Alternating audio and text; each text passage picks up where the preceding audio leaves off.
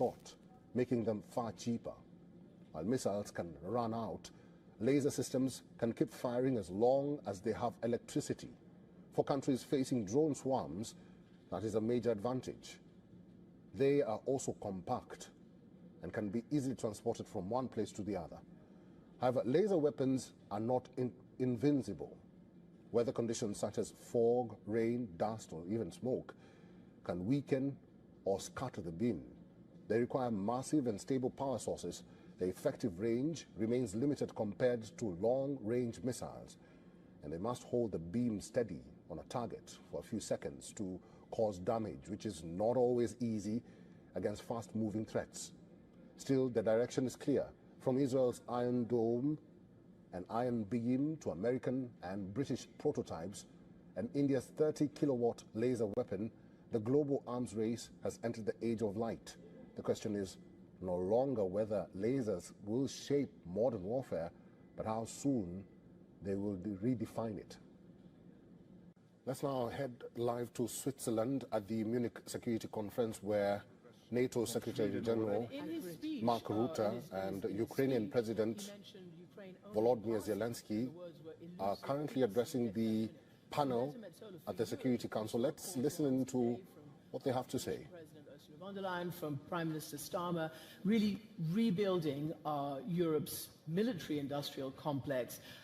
What, though, can you do now? How come you haven't managed to get all those, the money of Russia that you could actually give to Ukraine, and most of the Europeans agree with it? Why can't you just get it done and put pressure on Putin, as President Zelensky says, and as it's patently clear that there is not enough pressure on Putin yet? He doesn't feel enough pain.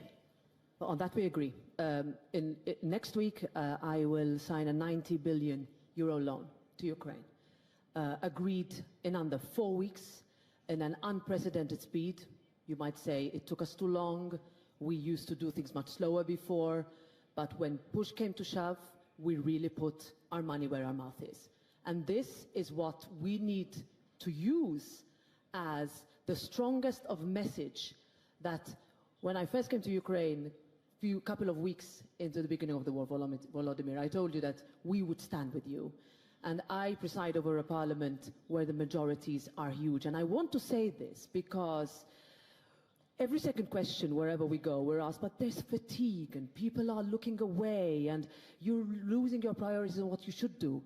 My answer is, I was in the opening of the Winter Olympics 1 week ago, and the loudest cheer was for the Ukrainian delegation. And that is what shows spontaneously that the people of Europe are with you. What have we done since the 24th of February 2022? So we have the immense increase in GDP expenditure on defense. That's also thanks to your leadership, Mark. Secondly, we have adopted an unprecedented number of sanctions in terms of packages. We're waiting for the 20th package now. We are working and agreed with Volodymyr when he talked about the next step on what we should do on the shadow fleet. We have 2 new members in NATO, and this is particularly personal for me because one of my sons is serving in the military of one of them. And that is what would never have been done if it were not for Ukrainians fighting for the freedom that we took for granted, that we looked away, that we took too long to respond to. But I would say that today,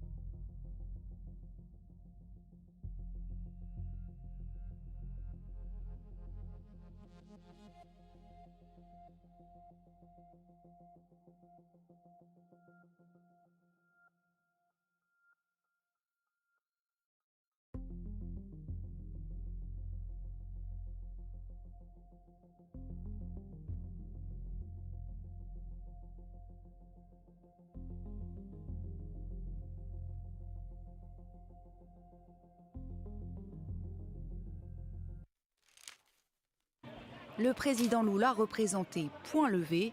Pour cette édition 2026 du Carnaval de Rio, l'une des 12 principales écoles de samba de la ville a choisi de rendre hommage au président brésilien. Une première pour un chef d'État en exercice. De son enfance dans le nord-est rural du Brésil, à son passé dans l'industrie métallurgique en passant par son militantisme syndical, c'est toute la vie de l'homme de 80 ans qui est célébrée. Revenu au pouvoir en 2023, Lula a déjà annoncé sa candidature au scrutin.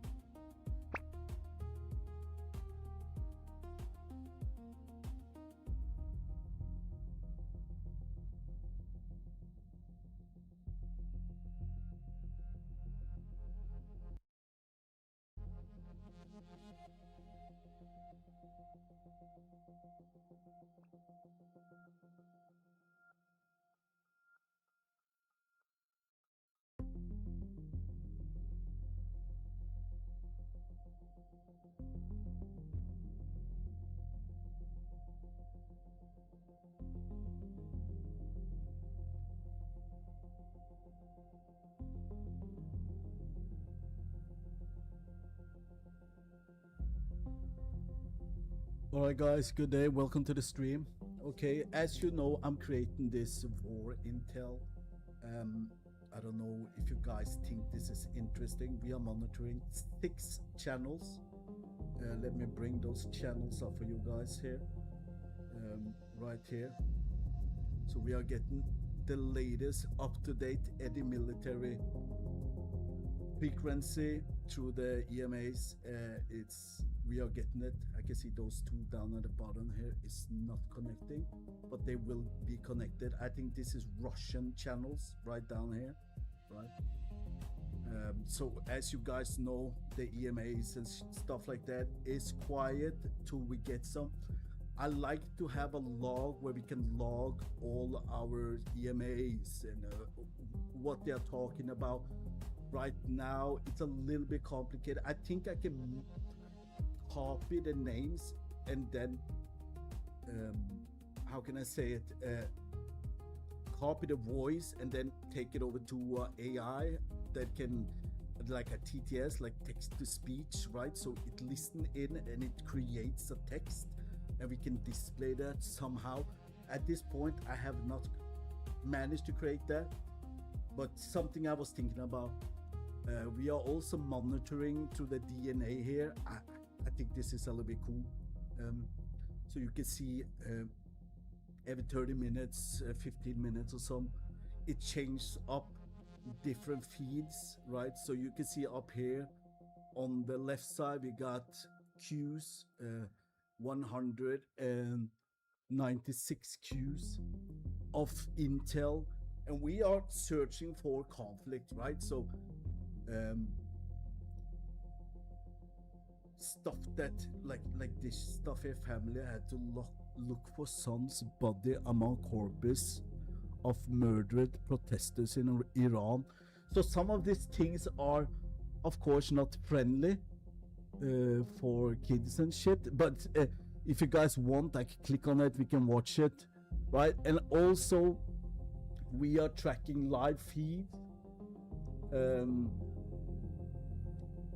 of planes, right? And this is military planes, right? So we got right up here, you can see we got hello. So this, I think this one, hello, that, where is that one? I can see it's a little bit yellow. Yeah, so we got transport. I think this will be Israeli planes. I think that's the planes down here, right? So you can see we got fighter jets here. The fighter jets are not picking up the image of the type of it, but that's something we can work on, right? So we are up to date 100%. We are getting on the latest intel down here. You can see West Bank, Israel. So here is the top news. So how this system is working is that we are gathering intels from different areas, right? From different and tens of articles, not tens, I think it's 80, maybe 100 or some different channels, news channels and stuff like that. We are grabbing things from Google if it's something get up, like you can see the hour. So this is like 3 hours ago. So we are very up to date. Okay, 4 hours ago, Rubio, Trump deployed, committed to the Orban. Okay, this is 4 hours ago, right? And they have different colors, right? We have the music. I don't know if you can hear it. It's very low. It's 10% faded in the background. That it's an instrument I created, like if you get me, right? That is playing in the back there, right? I think that is a cool thing. If you guys want, I can turn that off, right? I won't be talking a lot here, but to you guys that it was here, so it was like 30 people has been jumping in and out here. So I just wanted to give you guys like what this is, right? So we are monitoring like real life military frequency that is actually available for the public, right? And they do have some frequency they do speak, and they do. I'm not 100% know what they're saying, right? They do say some military words like Alpha, Charlie, Bravo, and they come in transmitting. But if some of you guys are up to date and know all about this, this is a perfect place for you guys to hang out, right? You can hang out with me, chill out, right? I won't be talking too much and stuff, but try to give you some information here. So down here, you can see what channel we are monitoring, right? So 11175 USAF. This is actually military, so the American channels. I think it's like, you guys, if you up and know about it, it's like the signal from day and night. You know what I mean? Different frequency. So if I change this to, yeah, so if it's red, there, this will be that is Russian frequency. So that is Russian military channel that we are gathering, right? So here we got the mute here, so I can mute the channel, and then the background music. But you guys, if you want to, you just, I think I have a pull up also, or in the chat there, that you guys can write if you want to have the music off and stuff. And then we got like the auto selection, right? So if I click this auto selection here, it will automatically open up views and this stuff that you see, the news that we are getting in.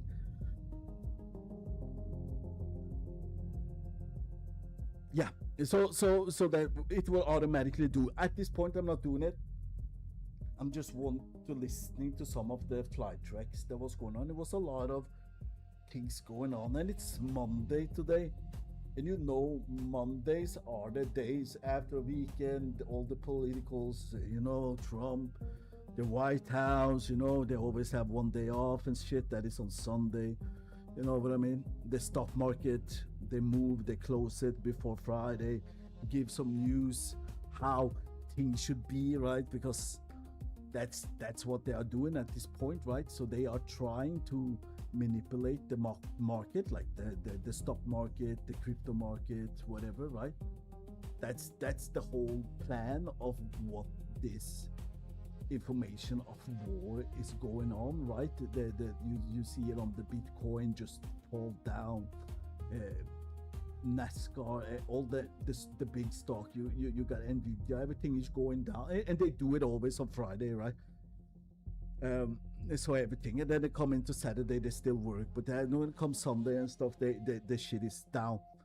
But on Monday they are back up, right? So everything is working, as you can see down here, down at the Kuwait and the area here, Qatar and shit, right?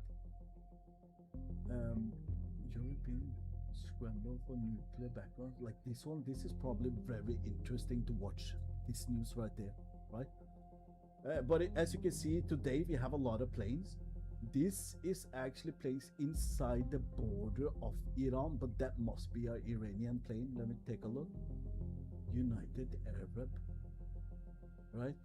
It's flying Boeing. For the Boeing, this is the skies, 100%, right?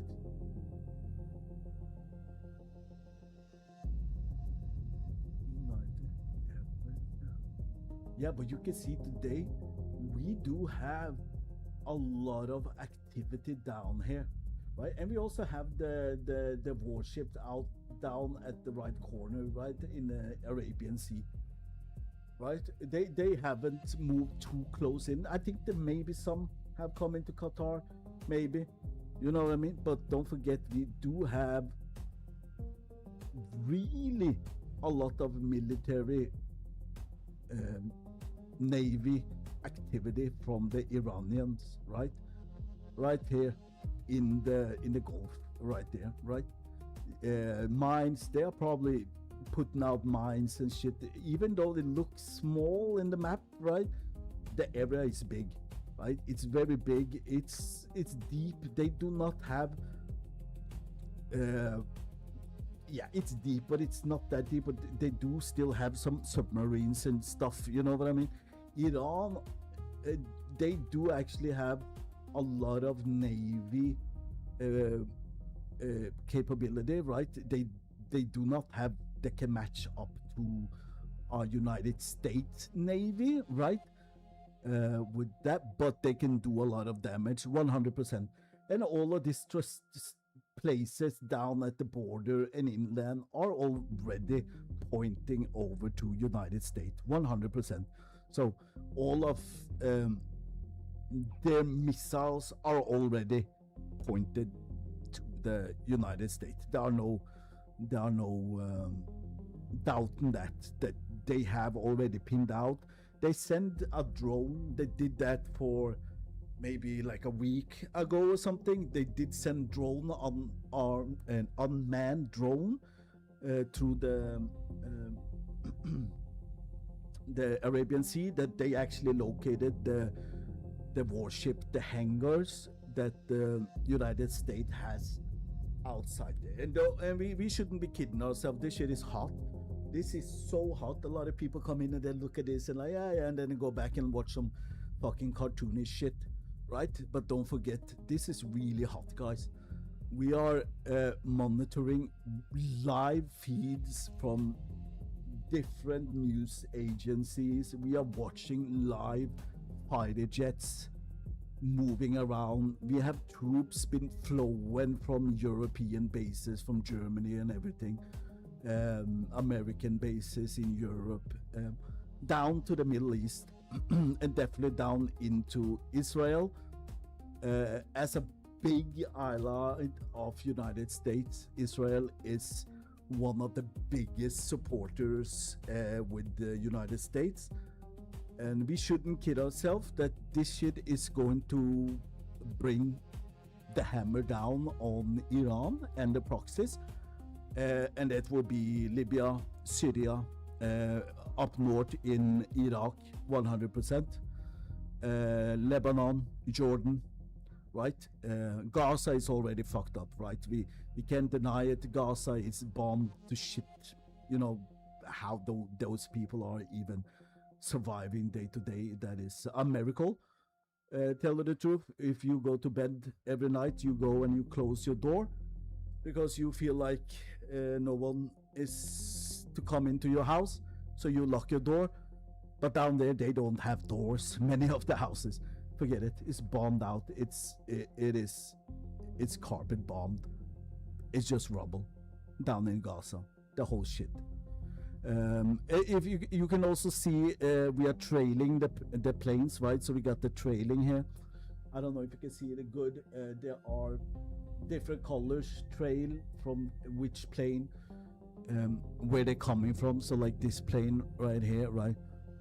You can see it comes from Europe somewhere, and it's actually going over Lebanon at this point.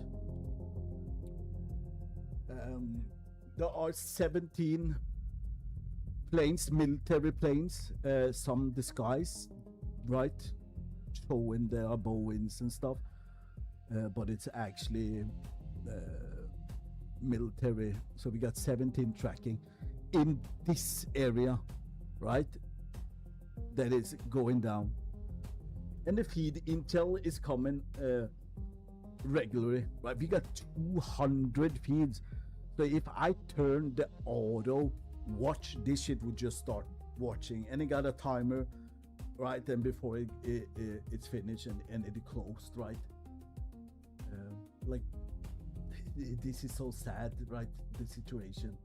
I think with all the intels that is flowing around the web these days, that United States will attack Iran, and we shouldn't be surprised if they do it, because the Iranian regime, and I don't want to sound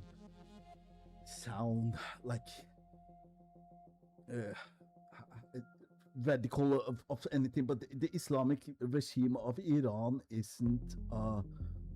They are not a good. How can I say it without coming out bad? All right, the Muslims versus Christianity, or and Buddhism, or like the Islamic Republican are not for peace. They are not. That is a radicalized religion, letting their women go around with burqas and stuff like that. And this happens in Afghanistan also. We saw it when United States left there. It was a shithole. They just went back to the same shit, right? I wish, Islam is a religion of hate. Tell you the truth, Muhammad was a pedophile, and after everything comes out in the Epstein file, like everybody knows it. Like it's insane. What's actually going around the world at this point? We are in a brink of boiling point. I guarantee we're probably going to get some intels here about the Epsteins. What is this? Israel is a problem of West Bank landing. Yeah, we're probably going to get some Epstein stuff coming up here. And the pedophile rings and the fucking lizards and eating babies and you know why it's going to be a war in the Middle East with Israel joining 100%. They don't need Europe, right? United States don't need England. They don't need Germany on any of this. They only need Israel, right? To do this, what they want to do now. But why it is going to bold up and it's going to be a conflict in the Middle East is because of the Epstein files. And we can't deny it because of they are going to try to hide it.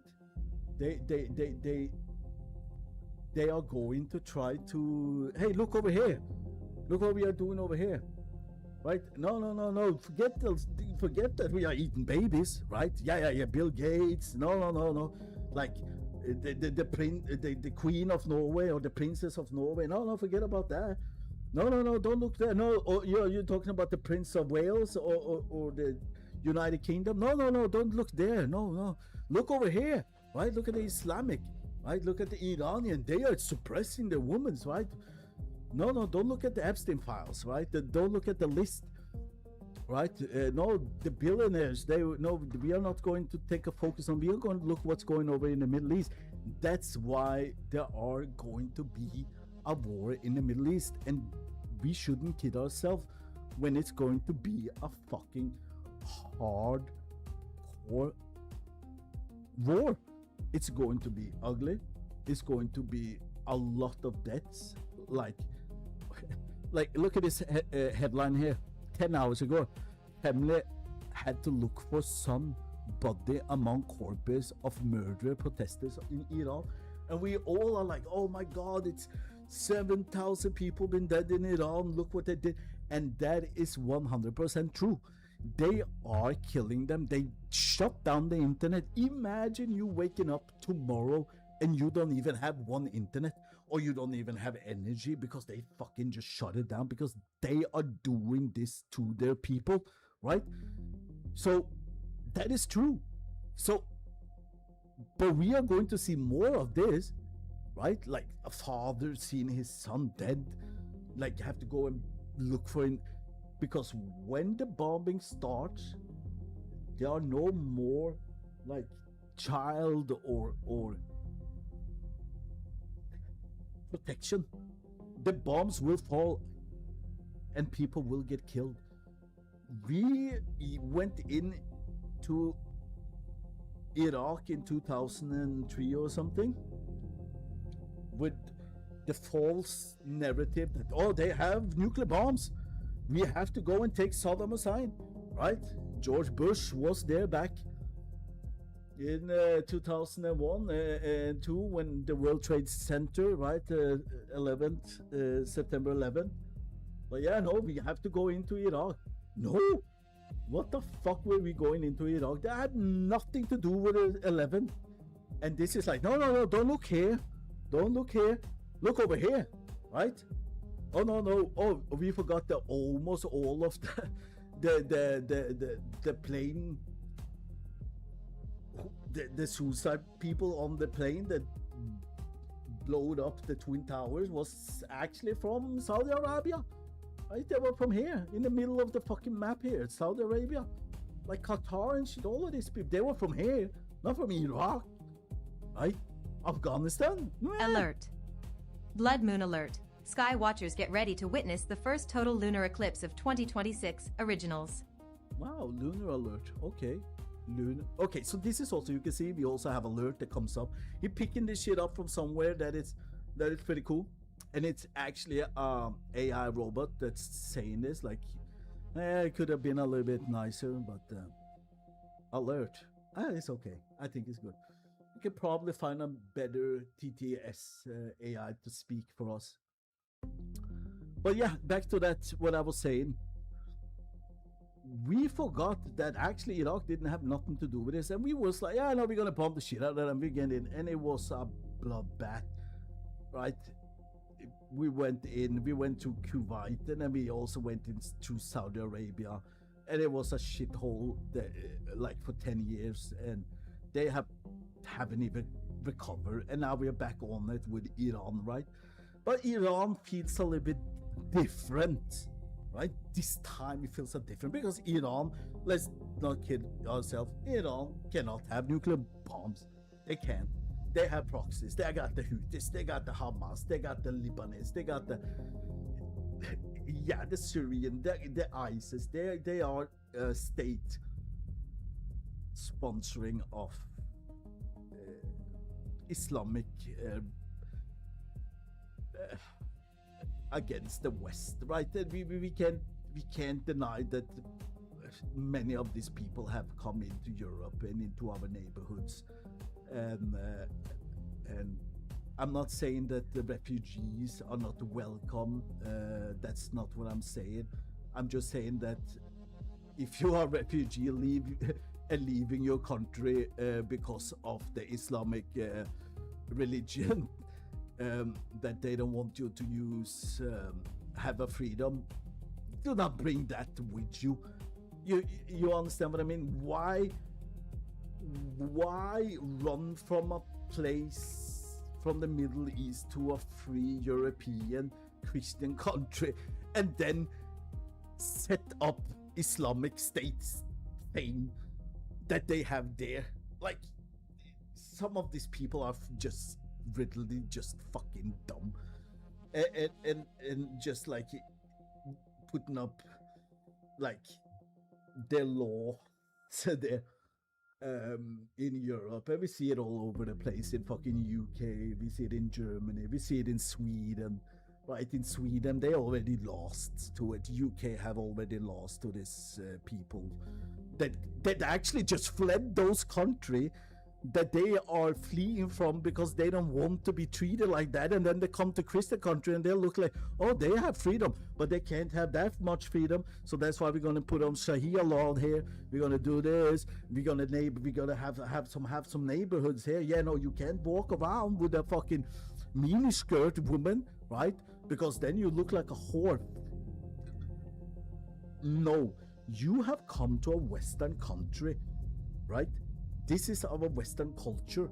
You just left the fucking country where they're using a burqa, and you don't even know how the fucking woman look under the fucking burqa, and you come to a free country, and then because you have to run from this fucking country that you was in, because they was going to fucking hang you because you wanted more liberty and more freedom, and then you come to a freedom country like Sweden, And then you look at them and they're like, no, they have too much fucking freedom. No, I have to bring some of my fucking craziness to this country. And then they start Sharia laws and stuff.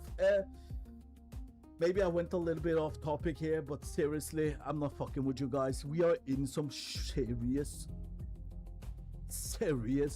conflict that it will come to this world. I don't want to even start on Ukraine. Like, serious, I don't even think 90% of the people in Europe even know how close we are for full out war with Russia. The special military operation in Russia is just a little bit of taste of how bloody a modern war is, with the newest technology that we have in our arsenals. I had to pause up a little bit because I was watching a video, and we will probably see some videos popping up here of this guy running from a drone. The drone, and you can't run from the drones, right? And you know it, right? You see those drones, you can see them on TikTok and shit.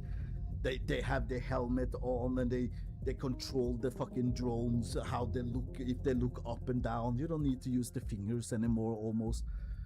And those drones, like, it's not a fair fight anymore. When we think about Western, like, war, we're like, oh yeah, Iraq war. I was like, oh yeah, we got a glimpse of it, you know what I mean? And then internet start evolving, and more comes out, and we're like, holy fuck, what the fuck were they killing people unarmed with, like shit in Iraq and shit? And like, oh, hold on, United States. And then like the private military was driving around, hold on, and we was like, holy fuck, like seriously, is this shit happening? Because when we think about war, we was like, yeah, World War II, the Germans, you know what I mean? And the D-Day, there was the big fight, and everybody was running through these bullets, and everybody got just shredded and killed. And we're like in the history books reading about it 50 years later, like 60 years. It's almost like, yeah, it didn't happen last 50 years. Like, I'm 43 years. I'm coming up to be 50 years now. Holy fuck, how long time ago was the first time I read the history book from the World War II, and that was exciting, and it was, wow, look at these brave people, like, oh. But now they have drones. They will come, you know what they do? They fucking take those drones and they shove it up your fucking ass, and it's no joke. They shove that shit up your ass and it will blow up, and you will fucking blow up from the bottom, and it's bloody because they steer this stuff. It's so high tech nowadays that they steer this stuff, and you're running and you try to hide, and then you fall down because of a fucking snow, and then they just have, and there you go, the drone just hits you right in the fucking back where it exploded. That just blows your fucking back up. That is the reality of Ukraine war, right? And we have millions of scattering people all over Europe coming from Ukraine, and European, like the Swedes, Norwegian, the Germans, like, oh yeah, everybody come. Yes, come. It's very important. Hold on, give me a second.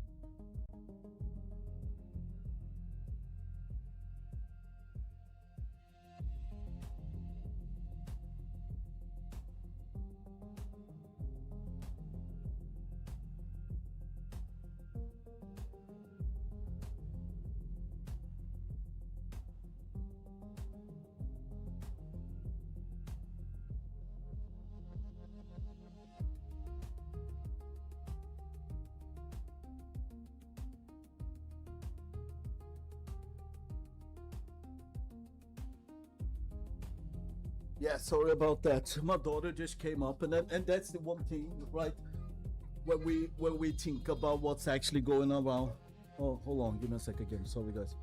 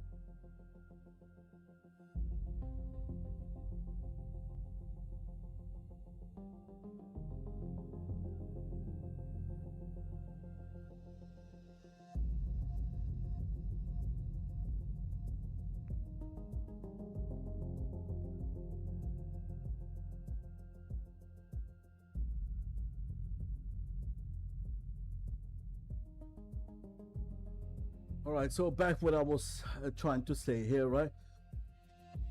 So at the end, we are monitoring live feeds from very different sources. And we are getting military radio signals from the signals that is actually available to the public, as you can see here. We are getting it up to date. As I was talking, we do get like Alpha Charlie, Bravo Charlie on the EMS broadcasting to us. Like I said, I don't know 100% what all of that is, right? Oh, look at this shit. Wow, what's going on here? These are not the right plane's image. Fighters. So Mediterranean Sea here, we got Kypros.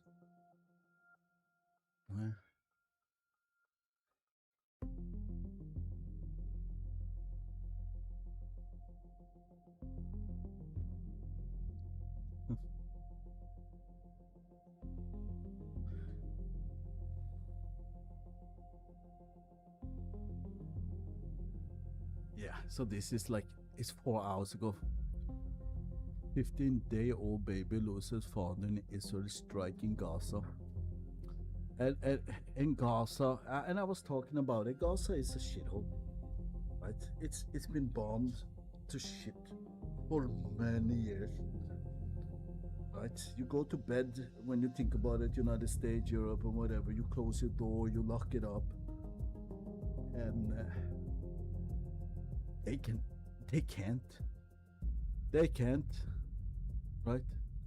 Because they don't even have doors that have locks. They are rubbled.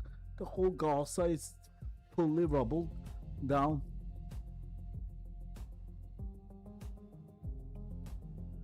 What is this? Nancy. Daughter urged kidnapper to do the right thing. She's dead. She is dead. She's already dead. There are nothing more to do about that situation, tell you the truth. 5 hours ago. Yeah, so the system here, we are getting live intel, guys. If you just joined, welcome to the stream. This stream is not for the fainted. I'm just gonna say it straight out for you. I am a little bit right on point. I say what I think, and I'm 50 years old soon. I'm 44 years, and I've been living in this world for 44 years, and I have seen the good and the bad in it, and I will be blunt about it. This channel will display some war scenes, and we will see some things that are not for everybody. What is this? Iran launches drill in. Wow. Okay, let's watch this. So as you can see how the system works, you can see now it came up conflict. You see this? So this is a red one, right? And there are more bloody and the green one here. You know, stuff like that. So and we are getting our feeds from many sources. Hundreds of different sources, documents and everything. We don't have the documents at this point because you can see we have a queue of 207 videos on the line of the queue. Today, as it is Monday today, and I was pointing it out a little bit here, that on Monday everything is it's working. The governments and everything are just working after a Sunday weekend off. The stock market is back up, it's open. They always try to do stuff to get it down. So today is a lot of things going on. We are monitoring 12 military planes in the Middle East from the Western allies countries. As you can see, we got the planes down over at Saudi Arabia, Qatar, and Oman region. We got the Israel, and we got some planes actually up on the corner up there. I don't know what they are from. They're from Turkey, probably, right? A military. But let's watch this video here. If it's not good, I will just stop it. It's so good. So here we go. Heightened tensions, Iran's Islamic Revolutionary Guard Corps has started huge military drills. The IRGC says the series of military exercises are underway in the Strait of Hormuz. The new drills, that is now being called Smart Control of Hormuz Strait by Iran, comes amid heightened tensions between the United States and Iran.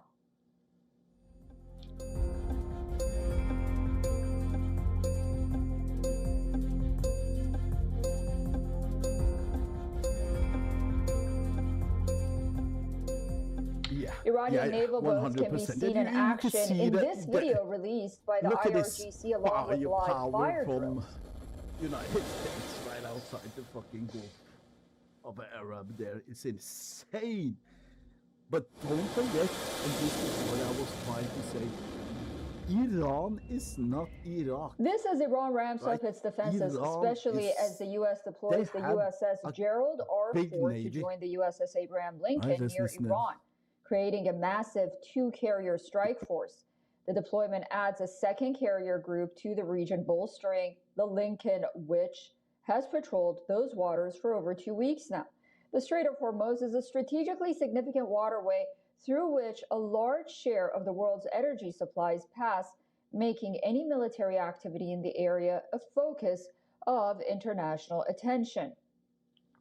Meanwhile, the U.S. military is reportedly preparing for the possibility of sustained weeks-long operations against Iran if President Trump orders an attack. Amid this, Iran's Foreign Minister Abbas Araghchi met the head of the International Atomic Energy Agency, Rafael Grossi, in Geneva, where the second round of negotiations with the United States are scheduled. In a statement, Araghchi clarified that the real ideas for a fair and equitable deal are on the table. However, there would be no submission to threats. U.S. envoys Steve Witkoff and Jared Kushner are set to hold negotiations with Iran on Tuesday in Geneva, with representatives from Oman acting as mediators. But this is US only Secretary a of State show, Marco right? Rubio This is only show because let's be clear and 100% honest about the whole situation in the Iranian sea at this point. They are going to attack, and they will attack 100% because of they have to. Like magicians, look over here, and something happens here, right? They need to go in on Iran because of the scandal that actually came out of the Epstein list. And we can't deny it. Look over here, oh. Everybody know what's going on. Oh, what is this? They're eating babies. What the fuck? Oh, well, the billionaire Bill Gates, like Bill Clinton and the Hillary Clinton, or are they lizard people? Or people like, what the fuck? Everybody's blowing up. They did not think the world was going to react as they did. They did not think that the world was going to react as much as they did when they released the Epstein files. They when they released this the first time, the world was like, yeah, okay. But the second time now, like after like fucking 4 years and shit, they were like, and everybody was like, holy fuck, like what the fuck is going on here? What do you mean they're torturing children? Like who is doing that? Epstein, Bill Clinton, Bill Gates? No, you fuck with me. And then they read more. They're like, oh yeah, thank you so much. Yeah, did you torture her? And people was like, holy fuck. And they did not expect that the world was going to react this way, guys. They did not expect that. So how do they gonna get the people away from this? Is to start a war. And that's what they are going to do. There are no way out that they have to go in Iran. And if we think they're just like, oh no, they're just gonna do some strikes and blah blah, no, you are wrong. They are not just going to do some strikes in Iran. If they are going to have any military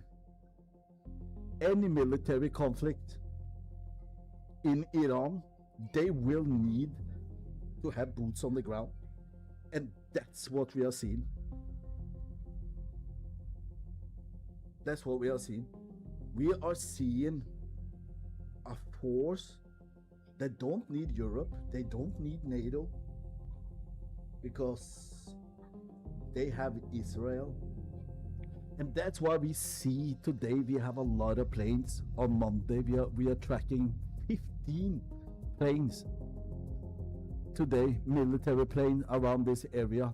At this point, let me see what this typo is. Afghanistan. Holy shit. That is sick. Today they will have to do it because they know that the internet, when the Epstein files got released, they wasn't ready for how the world was going to react to this. Do you guys, and you guys know this, right? Because war have started out with less than what's actually going on in this world at this point. And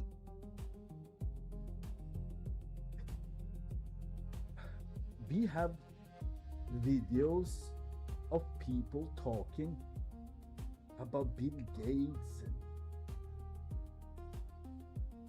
all of those people we grew up with.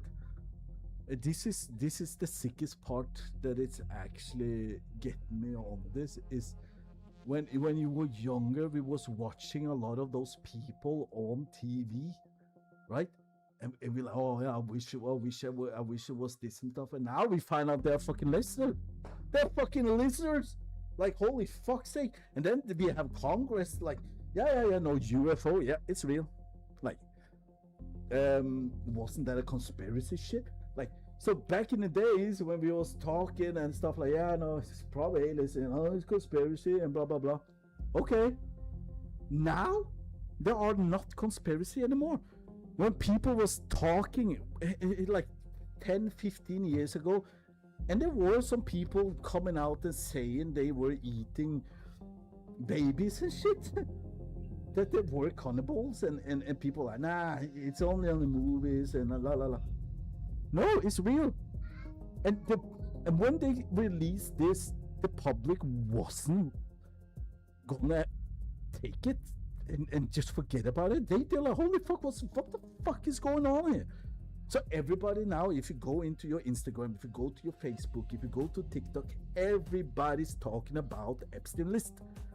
That is the biggest thing that goes on in the world at this point. But this means that royalty, government, Congress will fall, and they can't let it happen. So what are they going to do? Look over here. No, forget that. Look over here. Look what the Islamic State are doing. They're killing it. They're killing their own people. We need to do something. Help is on the way, Trump say. You know what I mean? Oh, no. Don't look at this shit. No. The Epstein, let's move on from the Epstein list. Come on, guys. What do you talk about? Epstein is late. No. Look over here. Look at the Islamic State. That's what we need to focus on. They're killing their own. But forget about those people that's killing babies, drinking blood, raping women, trafficking people. When you go to bed and you like, yeah, I need to lock my door because seriously, somebody could come in, right? You don't ever know who it could be. But they're like, no, don't lock your door because we will come and steal your fucking baby.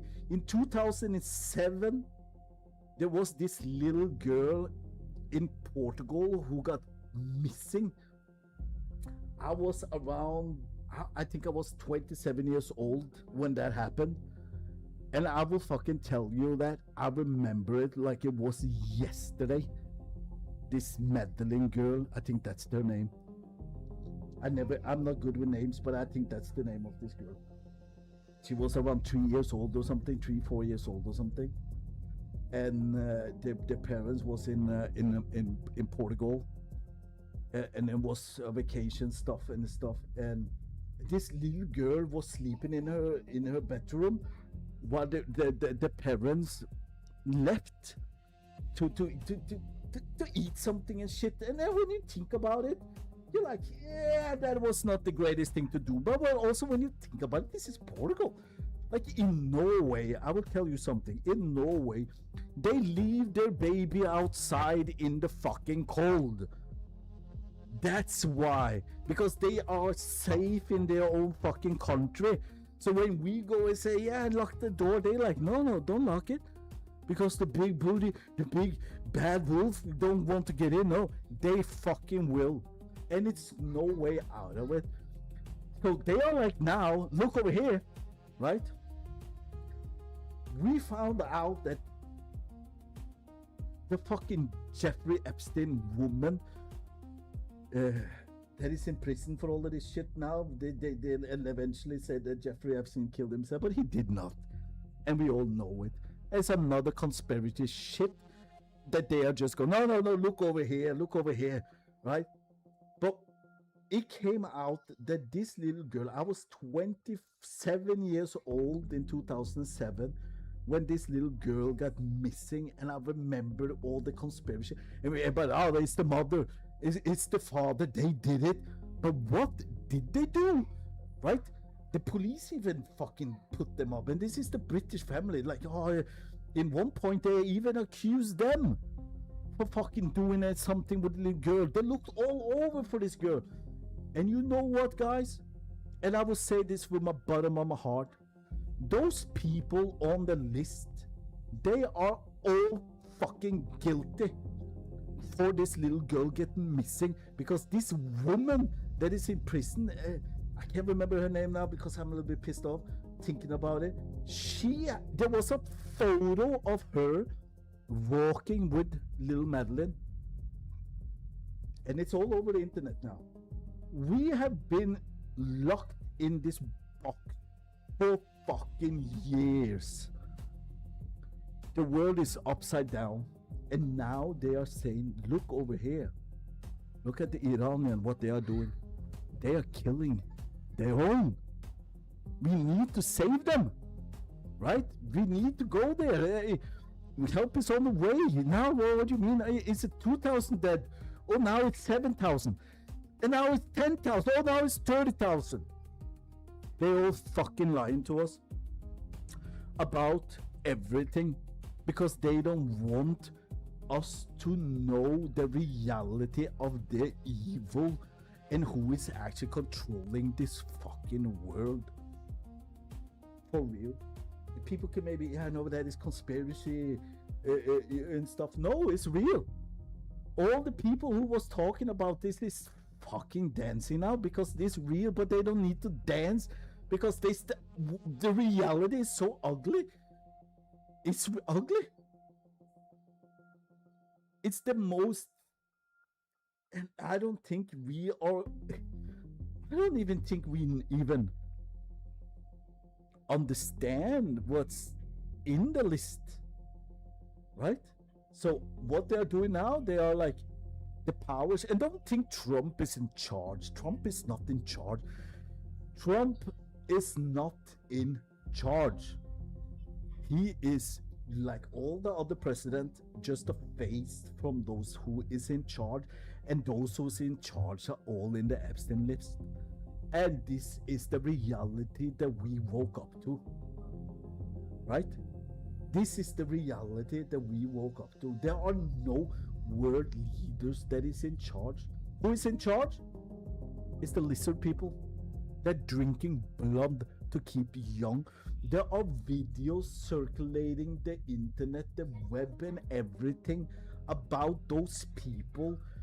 They torture young children, 3 years old, 4 years old, 6 years old, 8 years old, 10 years old, 1 year old. They fucking torture them so the bloodline could go up, so the adrenaline in their bloodline could come so they can drink the fucking poison blood. That's the people who's running this fucking world. What we are watching here now with my system that I created, that you are looking at this point, we are getting pictures from everything, and we are scalping every fucking newspaper in the world, from Africa, Asia, Malaysia, Singapore, Norway, Germany, England, United States, Brazil, Argentina, wherever we are scalping the news. Because seriously, we have all been blind with one little thing. And we have a lot of articles that they are scalping. This system is looking up for article, bloggers, people that have come out with stuff. But we have a lot of cues on the videos, right? So I can click one of this stuff here and we can open up a video and we can see videos and stuff. Cool. But they want us to look at Iran. They want us to look away from the reality of what's actually going on, and the people are not having it. The people in Iran, it's not having it. They are doing riots because they want the liberty, they want freedom. But the freedom got buried in the fucking Epstein list. This is so upside down. Maybe I'm talking to myself here in this fucking chat on this stream, but maybe someone will hear this later on, because their freedom got buried in the Epstein list, and they went out and they want freedom, and they got shot. 7,000-8,000 people. They're like, yeah, more people, and then people Epstein lips, and they're like, no, look over here.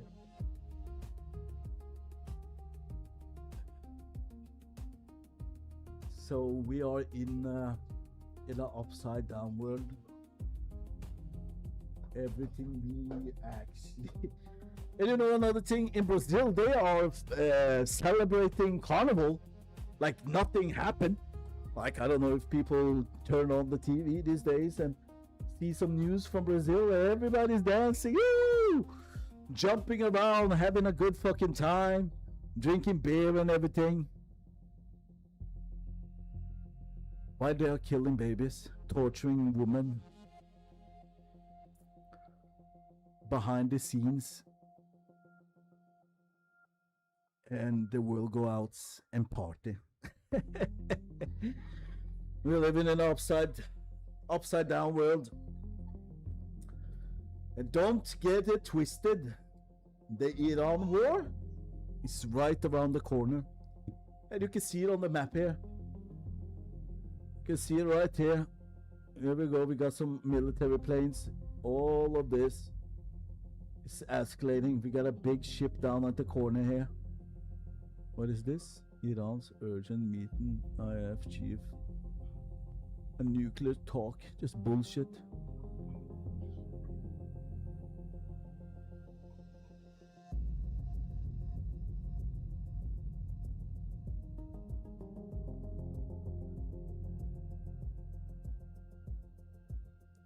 This is Nigeria. This is a French video. US military board. Okay, let's take a look at this. 6 hours ago. Let's roll the tape.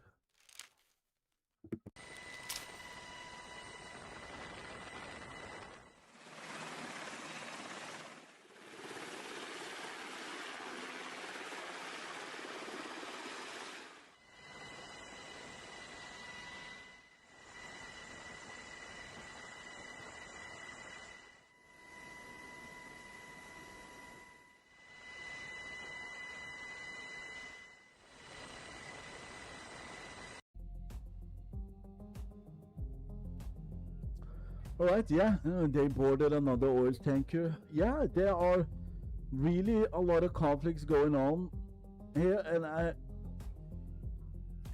and this war in Iran is going to be so what's going to happen, right? Iran is going to activate all of the proxies like Lebanon, Syria, and all of this stuff, and they're all rockets are all pointing to the warships in the Arabian Sea. They're all pointed.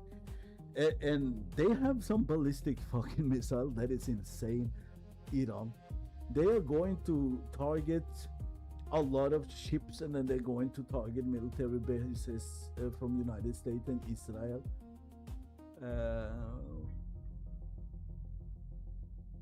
Straight up, no doubt about it.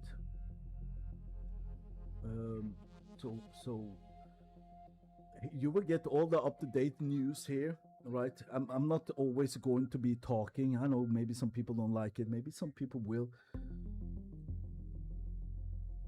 but I'm a patriot of life, right?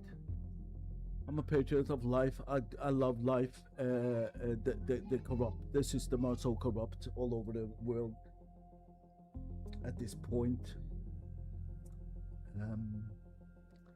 Like nuclear weapons, Russia, Ukraine, not NATO.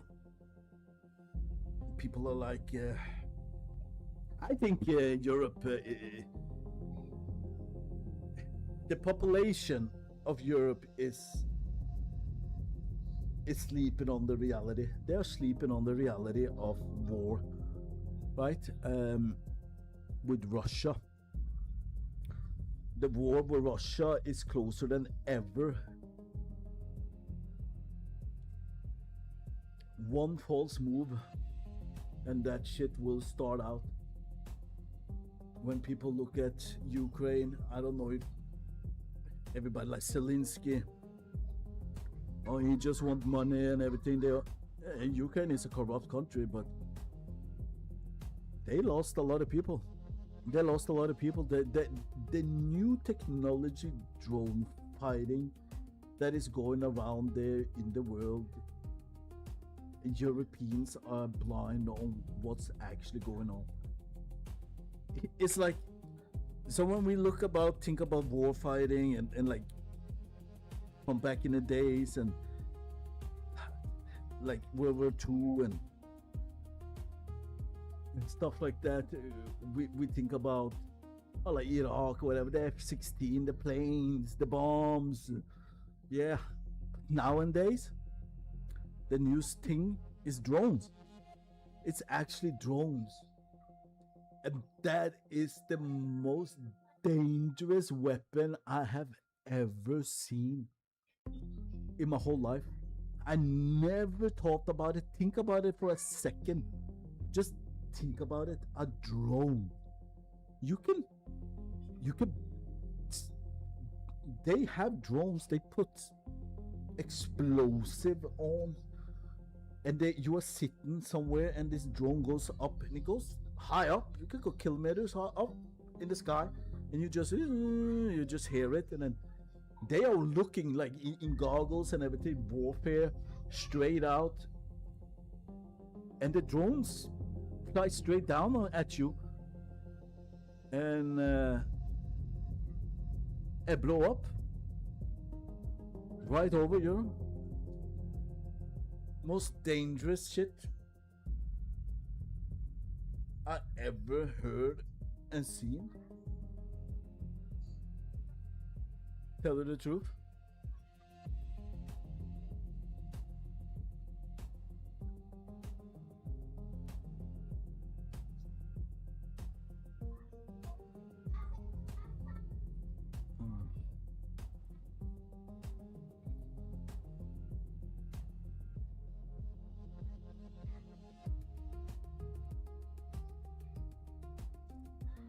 But yeah, maybe I shouldn't be talking too much at this point.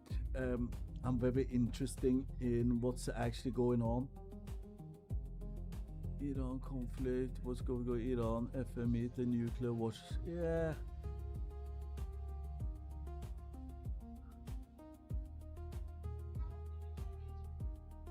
I got a pool going on, guys.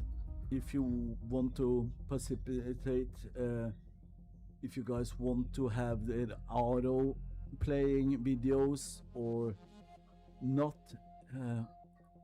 if you want the audios also, just say something in the chat there and I will look over it. If you guys have any links or any news you want me to look at, I would definitely look it up for you guys. We can look at it together. What is this?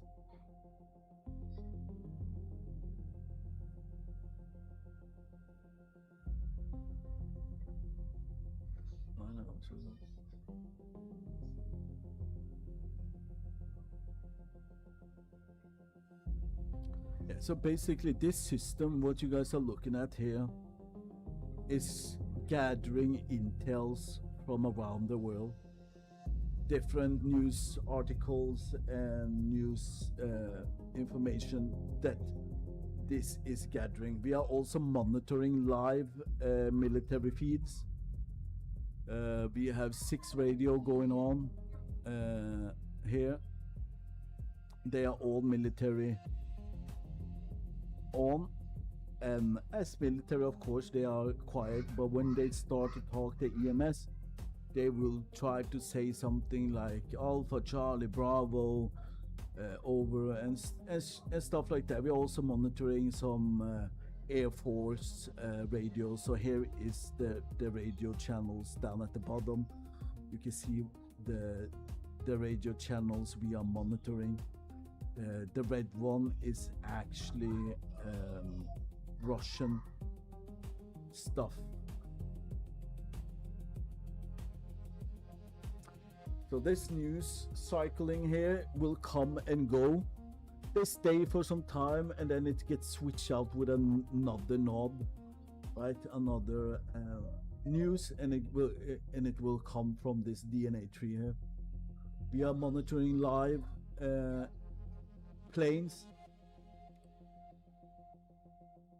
and this is all live. Let me see this. What is this? Helicopter. Call sign. Saudi Arabia. 251 meters.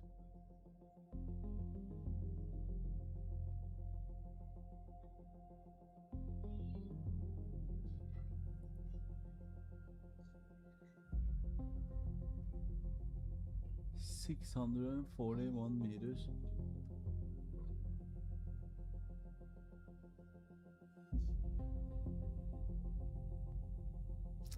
Yeah, so this system, as we are tracking 13 planes, military planes around this area, so that is pretty cool.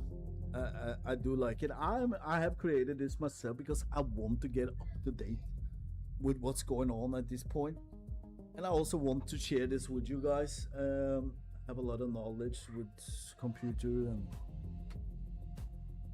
and stuff, and I've been talking about the Epstein list here. I've been talking about Iraq. I'm talking about Ukraine. We are listening into some radios when they start talking.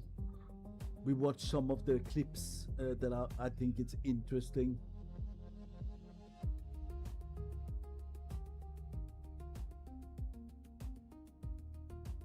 What is this? Well, here in central Paris, a few hundred people have turned out to commemorate this 23-year-old student called Quentin, who died in a hospital in Lyon, southeastern France, on Saturday. Now, what we know is he was a far-right activist, and he died after sustaining head injuries during some clashes with some far-left activists in the city. We understand that during those clashes he sustained such severe head injuries that is eventually why he died. Now, police have opened an investigation, but the reaction politically here in France has been great. We've heard from the French President Emmanuel Macron. He is calling for calm. He's saying that such violence is unacceptable in France. The far right are blaming the far left. They are saying that they are responsible for the death of this student. The far left, of course, are saying that it is not their responsibility, but they also are condemning violence. And all of this is coming at a time of some political tension here in France, because we have municipal elections in March next month and, of course, presidential elections next year.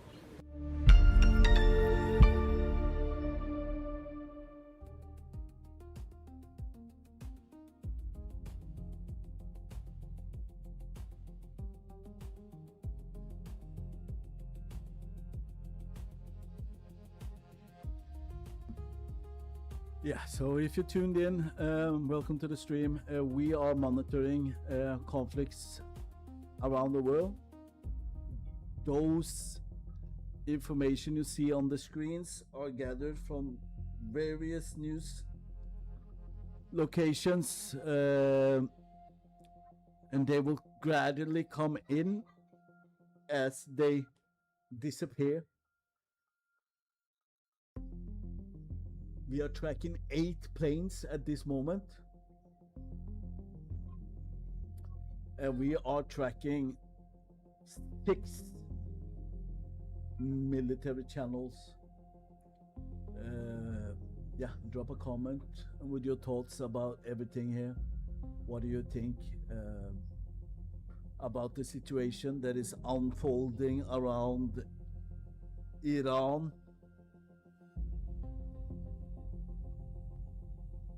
Will it be a strike? At this point, I think it will be. There are no way out after the Epstein list got released. There are no way out. They will have to go and say, look over here. Look at the Iranians. You know what I mean? They look here. Forget about the Epstein list. Look here. So it's the only way to get the majority of people away from the Epstein list is to bring the war to Iran. Maybe they didn't want to do it, but now they have to do it, right? They have to do it now.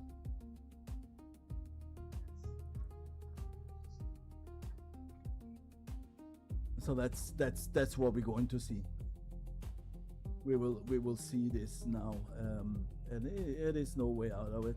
When I think about it, they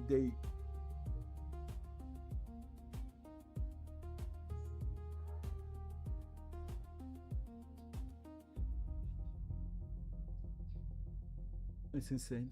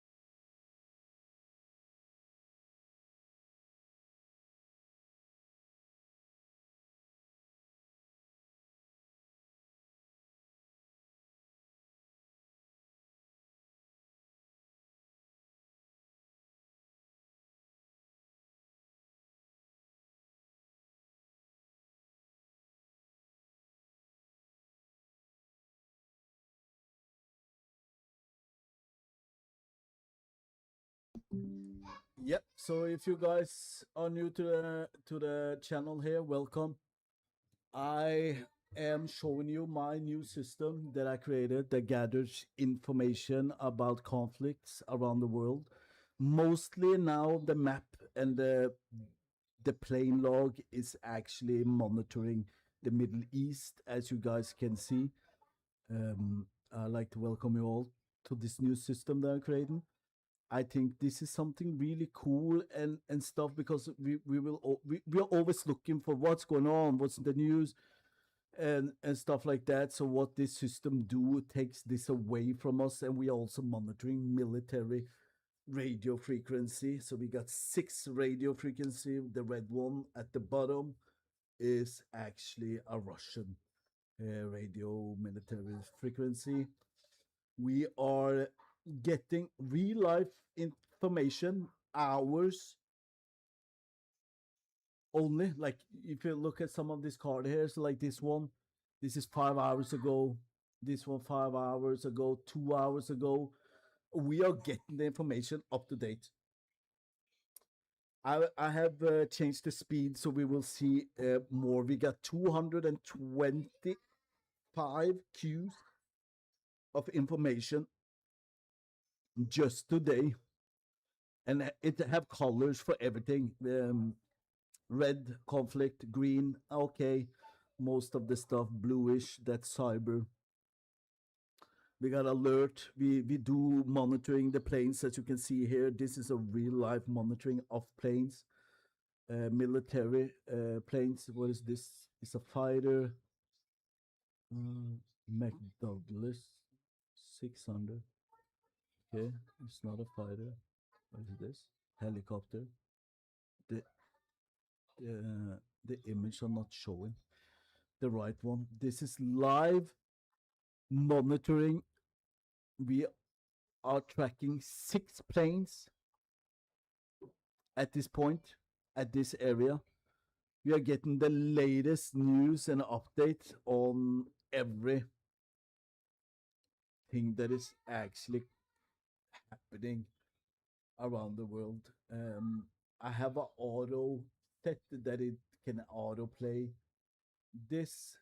At this point, I'm just doing it myself. I'm just sitting here waiting to see if we get some EMS radio chatter, as I think today is it's Monday, and we know that after a weekend of the leaders, Monday is always things happening. I got 3 fighters. We got 1 hello. And that's this one. That's not.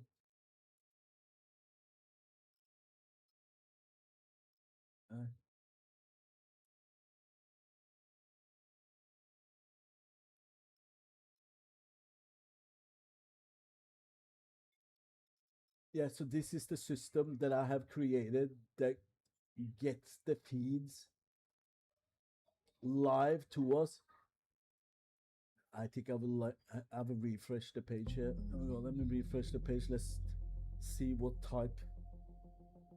Let's get it. What we get it in now.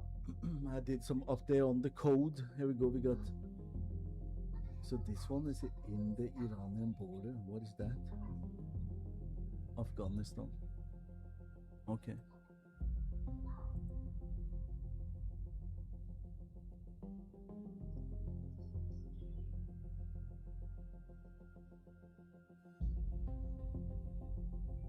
Tracking 5 planes. Okay, so we got some planes here on the outskirts. Right there. Is that a fighter? What is it?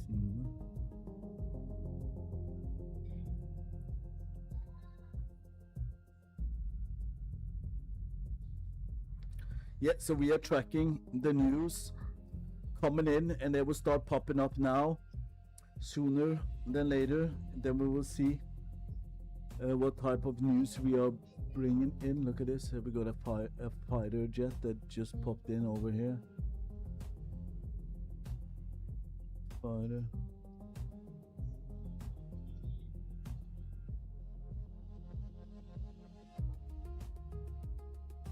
There we go. That's our first news coming in, the second news coming in. All right, so this is what's going on. What's the fall of, what is this?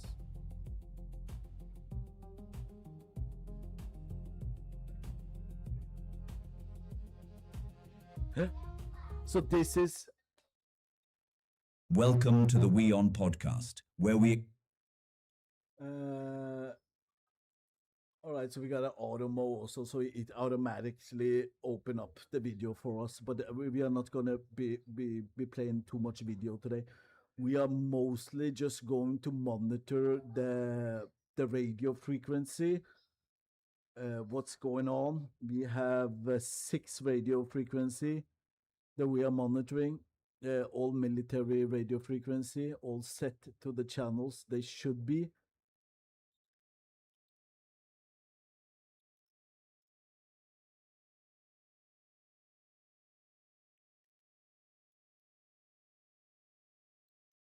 And we are just going to monitor what's going on. If something really big happening, we will definitely look at it. What is the follow from the Eastern Land Gap? The UK tonight. Iran launches naval drill at head. Yep, okay.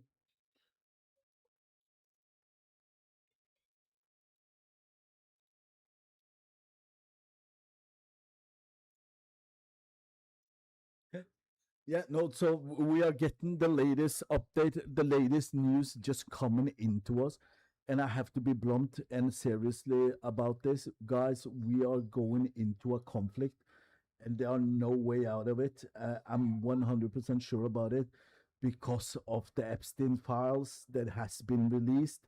The list, they didn't think the public was going to look at that so much that they did, that the internet just blowed up and everybody like, what the fuck, they eating babies and they're killing people, and it's a shithole. The world is upside down at this point, that they have to have destruction. They need a destruction. You know what I mean? They need something. They're like, holy shit, no, this got out of hand. Whoa, look at Iran. Look at over there. No, they're killing their own. You know what I mean? Nope. We have to look over there. So they sent warships, frigates, and they're like hangars, insane of firepower, military power down to the Arabian Sea. They've been moving troops with Boeing down to the Middle East, to allied locations, and they want us to look down there, and they don't want us to look at the Epstein list. They don't want to let us ask why Bill Clinton or Bill Gates, the billionaires of the world, is actually controlling the world. The presidents are not, and they want us to look that direction. So we are going into a war with Iran. There are no way out of it, 100%. So enjoy here. We are getting the Intel live.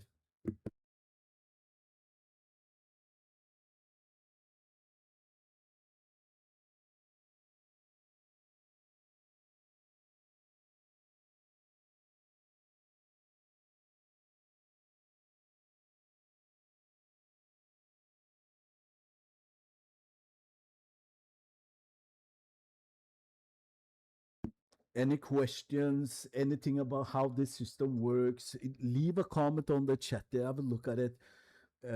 We got autopilot that would open up the videos as we go, right? At this point, I just want to listening to some radio,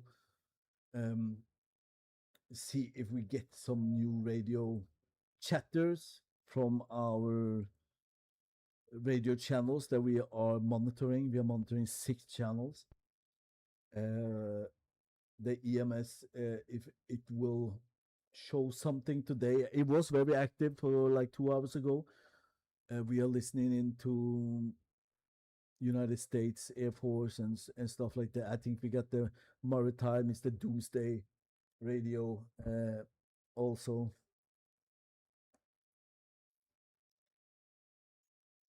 So and we are monitoring live airplanes, military airplanes in this region. Like the stream to help me out with this. I really want people to see this. We are very stuck in our little bubbles that everything is okay around the world, but it's not. Guys, we are not okay. Iran had thousands of people killed in the street because they want liberty. While they asking for liberty, we have wokest people in the world supporting Hamas. And many of these people has left the Arabian Peninsula, all of the area up to Europe, and bringing the same thing they left to Europe from. So we are in a very serious situation. I don't think we do understand the scale of military power that United States have left us. So I will leave this for now. Enjoy the stream a little bit. I'll be back in a second. I'm just going to do something with my daughter. The stream is on. Enjoy it for some time.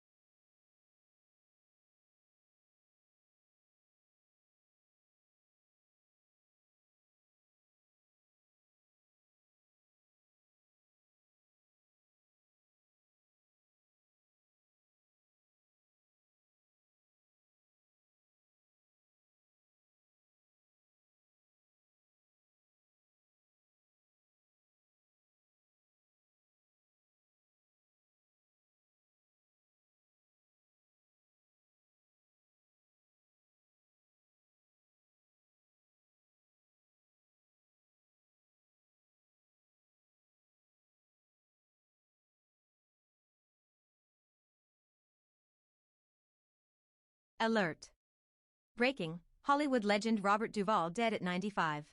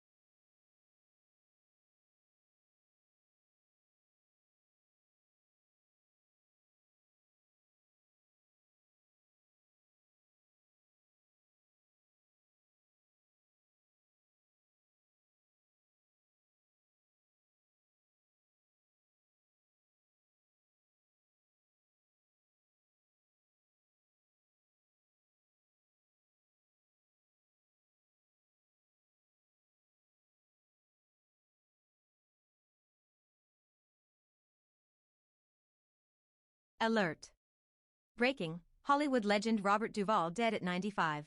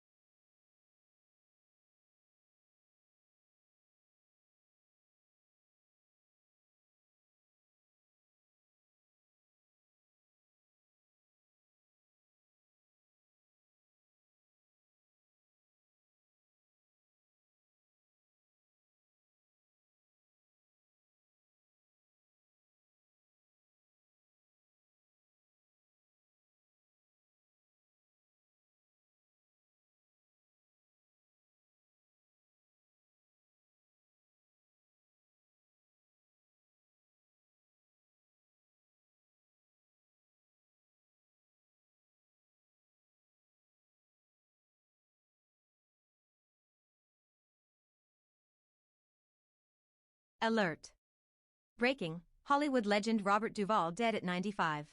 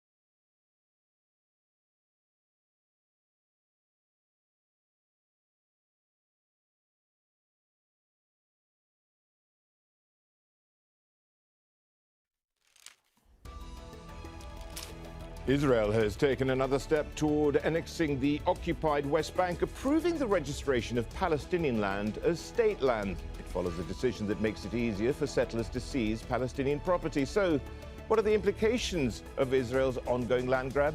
This is Inside Story.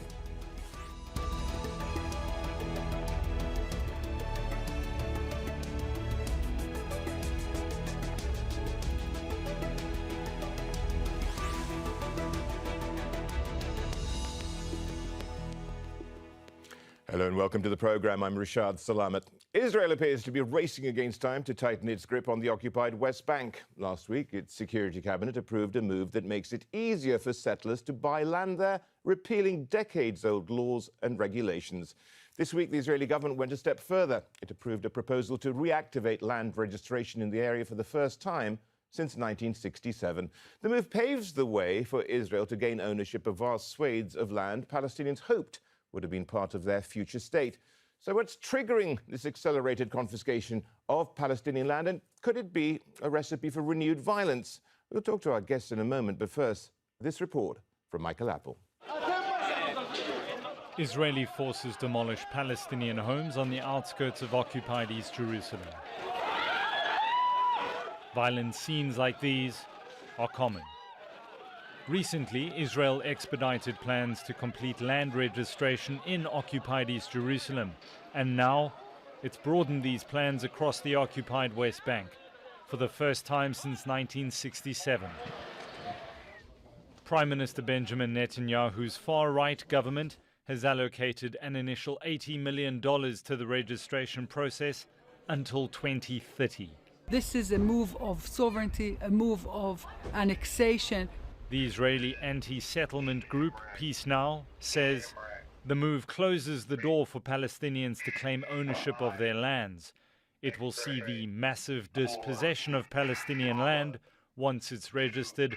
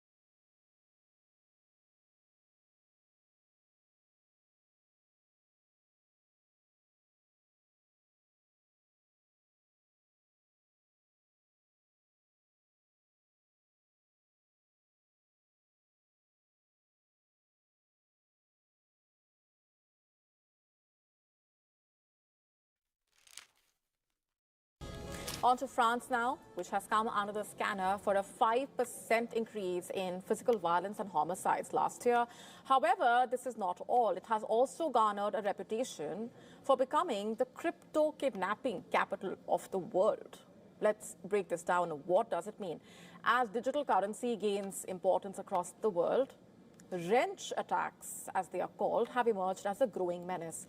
They are basically physical coercion events where an adversary uses violence or confinement to compel a victim to surrender access to their cryptocurrency assets. France recording 19 wrench attacks in 2025, which is the highest for any country worldwide. Even as we are in mid-February, it has already seen 8 instances of crypto-related abductions, while up to 80 persons are likely to go on trial for wrench attacks in France soon. The lack of deterrence is perceived as a key issue, with no conviction recorded in these kinds of cases till now. The crypto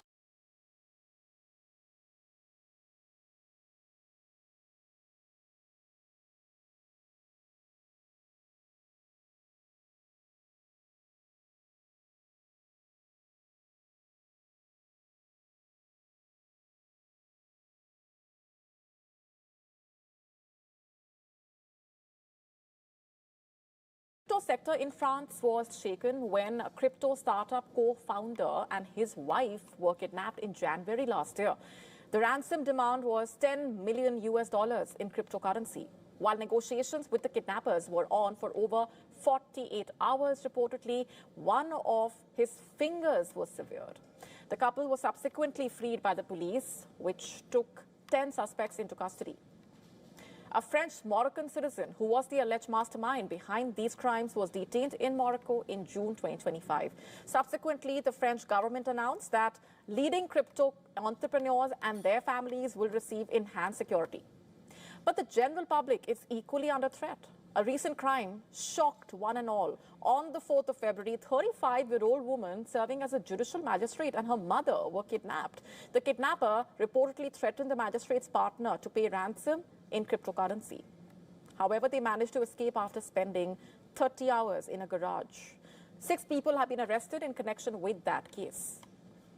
Now, what exactly has turned France specifically into one of the most dangerous countries for crypto holders? First things first, there are huge concerns over safety of user data. For instance, in January this year itself, hackers stole data of 50,000 crypto users from crypto tax platform. As per reports, the stolen data was directly linked to at least 3 kidnappings. And the other worrying aspect here is that most of these crimes are being carried out by those who are minors or in their 20s, at the behest of criminals based outside France.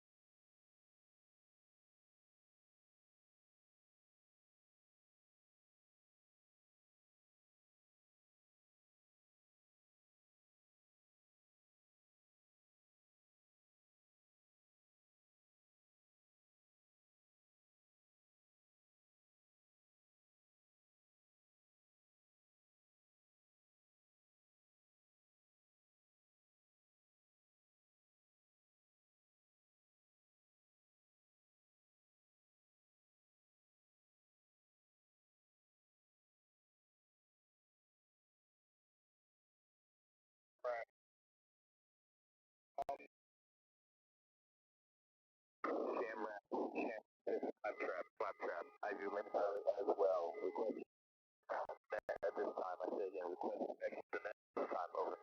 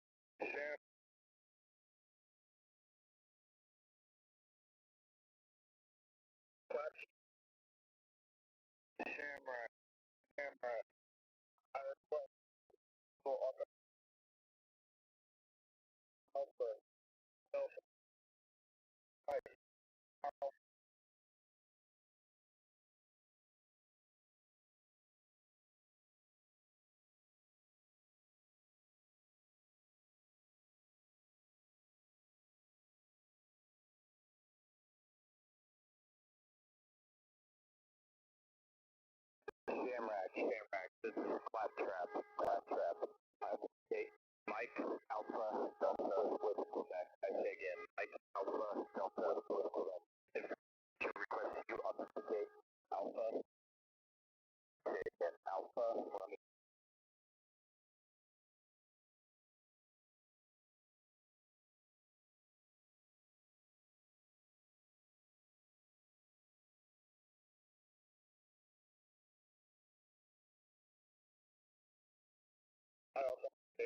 Alpha, Romeo, please,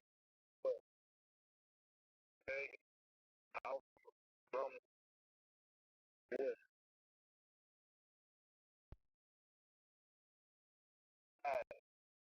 One.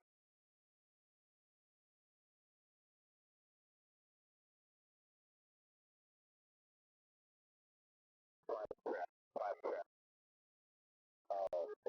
Sorry, no further. Claptrap out.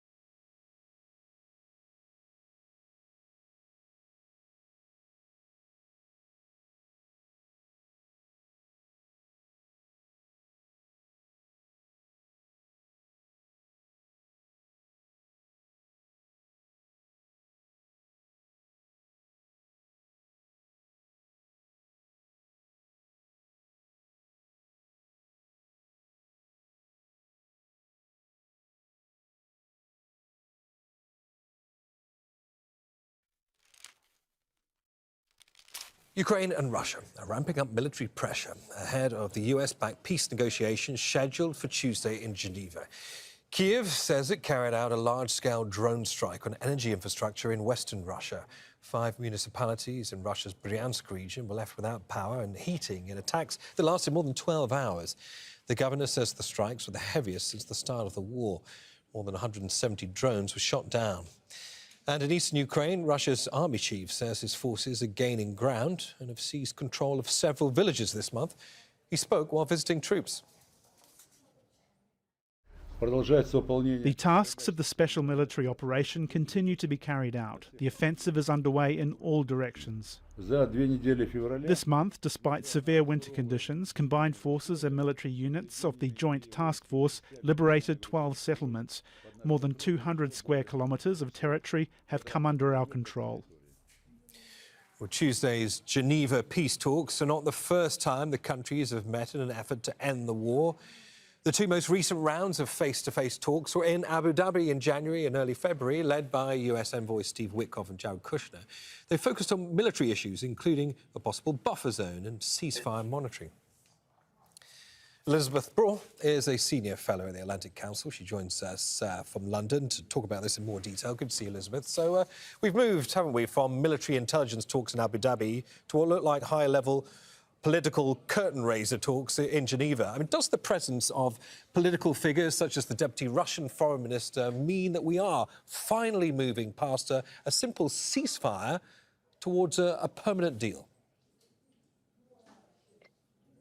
Well, the first thing to remember is that it's not over until the Fat Lady sings. So until the issue of the territory that the Russians want to get from these negotiations and the Ukrainians rightly want to keep as theirs, until that issue is resolved, the talks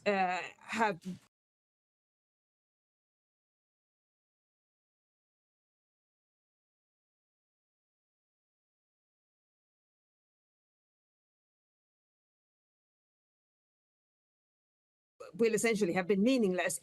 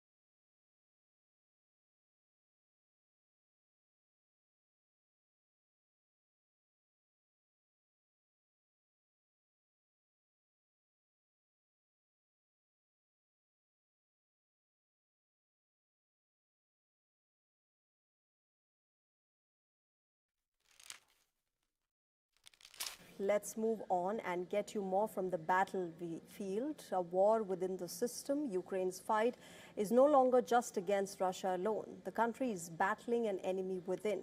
A former energy minister in Ukraine has now been detained while attempting to leave the country. $100 million in funds was laundered. The corruption scandal is now a big problem for Ukrainian President Volodymyr Zelensky.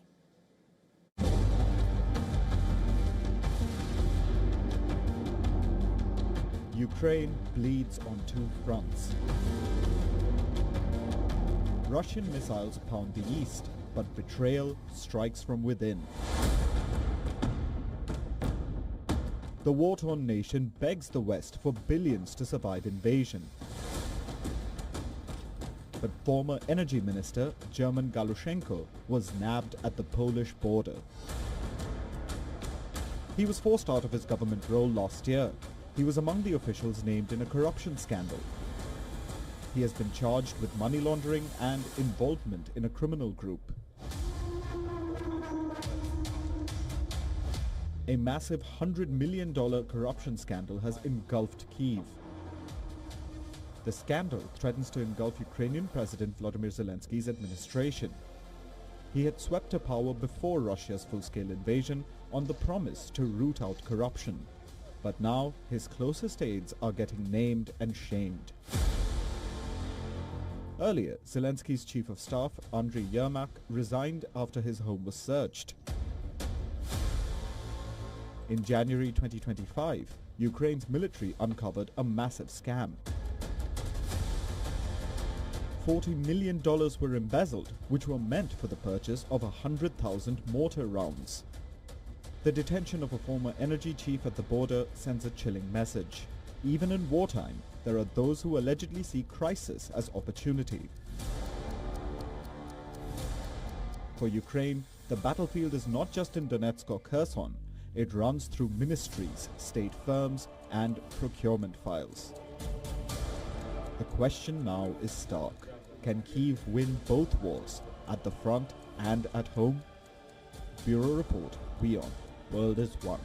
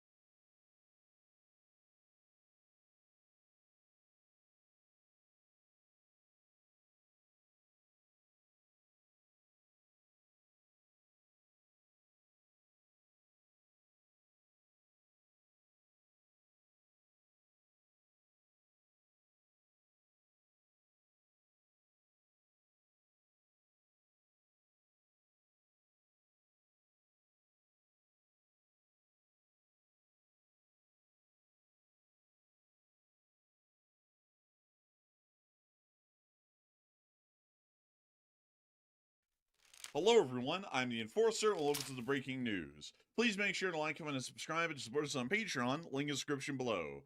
Today we have breaking news coming from around the world as the Islamic Republic of Iran is currently conducting a military operation called Control the Strait, where the Islamic Republic of Iran is attempting to exert significant influence over the area of the international waters that allow for the major shipments of oil from the Middle East to make it to the outside world and be sold on the global markets.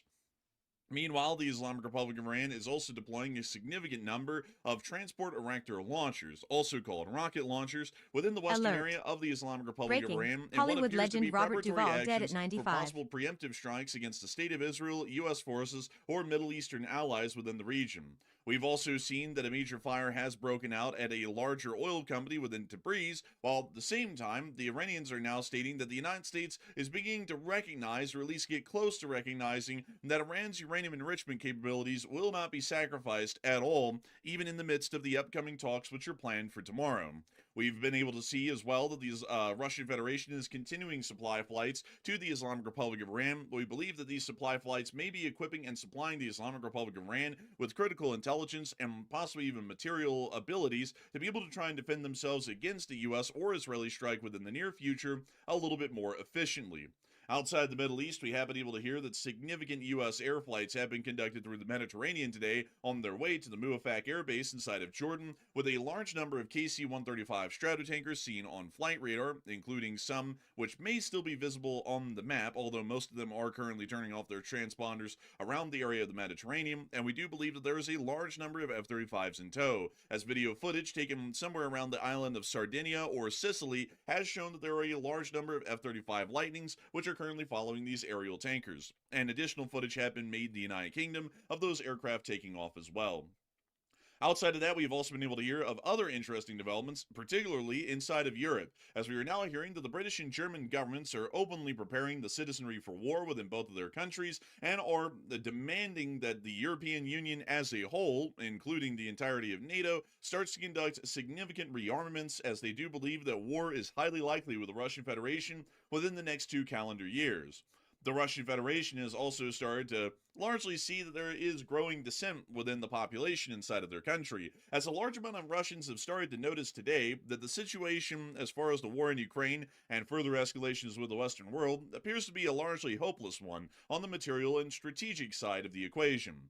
Outside of that, the Ukrainian armed forces have also been confirmed to have used Flamingo cruise missiles on the Kapustin Yar test range. The Kapustin Yar test range has been used to fire ICBMs and, more particularly, IRBMs at Ukraine in prior weeks and months. We've also seen the Ukrainian attacks were able to hit Krasnodar and also the port of Taman over the course of the night, once again causing fairly large damage. And we've most importantly been able to see that the Russian Federation is now desperately trying to keep some form of a comm systems on after Starlink and Telegram, along with WhatsApp, have all either gone down or have been completely banned within the Russian Federation. We have all of this news and a great deal more, and we're going to be making sure to get through every single piece of it, starting with our largest stories first, and then moving our way on into the smaller ones throughout the video.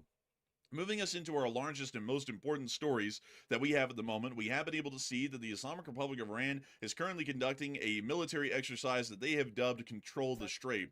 From what we can see, video footage has emerged from Iranian news channels within the Islamic Republic of Iran, showing a significant amount of military activity being conducted around the Strait of Hormuz area, including the smaller Salvan-class catamarans being in the area of the northern part of the strait. And we've also been able to see this includes actions of the Israeli army, which we would assume is coastal naval defense batteries that fire anti-ship missiles. We've also been able to see them targeting and firing at flying drone targets as well, like we could see in this video. And we've also been able to see that they've been targeting and destroying boats within the Strait of Hormuz as well. Operation Control of the Strait is not necessarily about conducting an effective blockade with Iran's navy over the strait, as that would be considered a hopeless and fruitless ambition, even by the Islamic Republic of Iran. The Islamic Republic of Iran is conducting this military exercise currently because they are trying to once again insinuate the threat to the United States of America that if we do not back off of our demands at the negotiating table, they might mine the Strait of Hormuz. Mining the Strait of Hormuz would come with significant repercussions globally.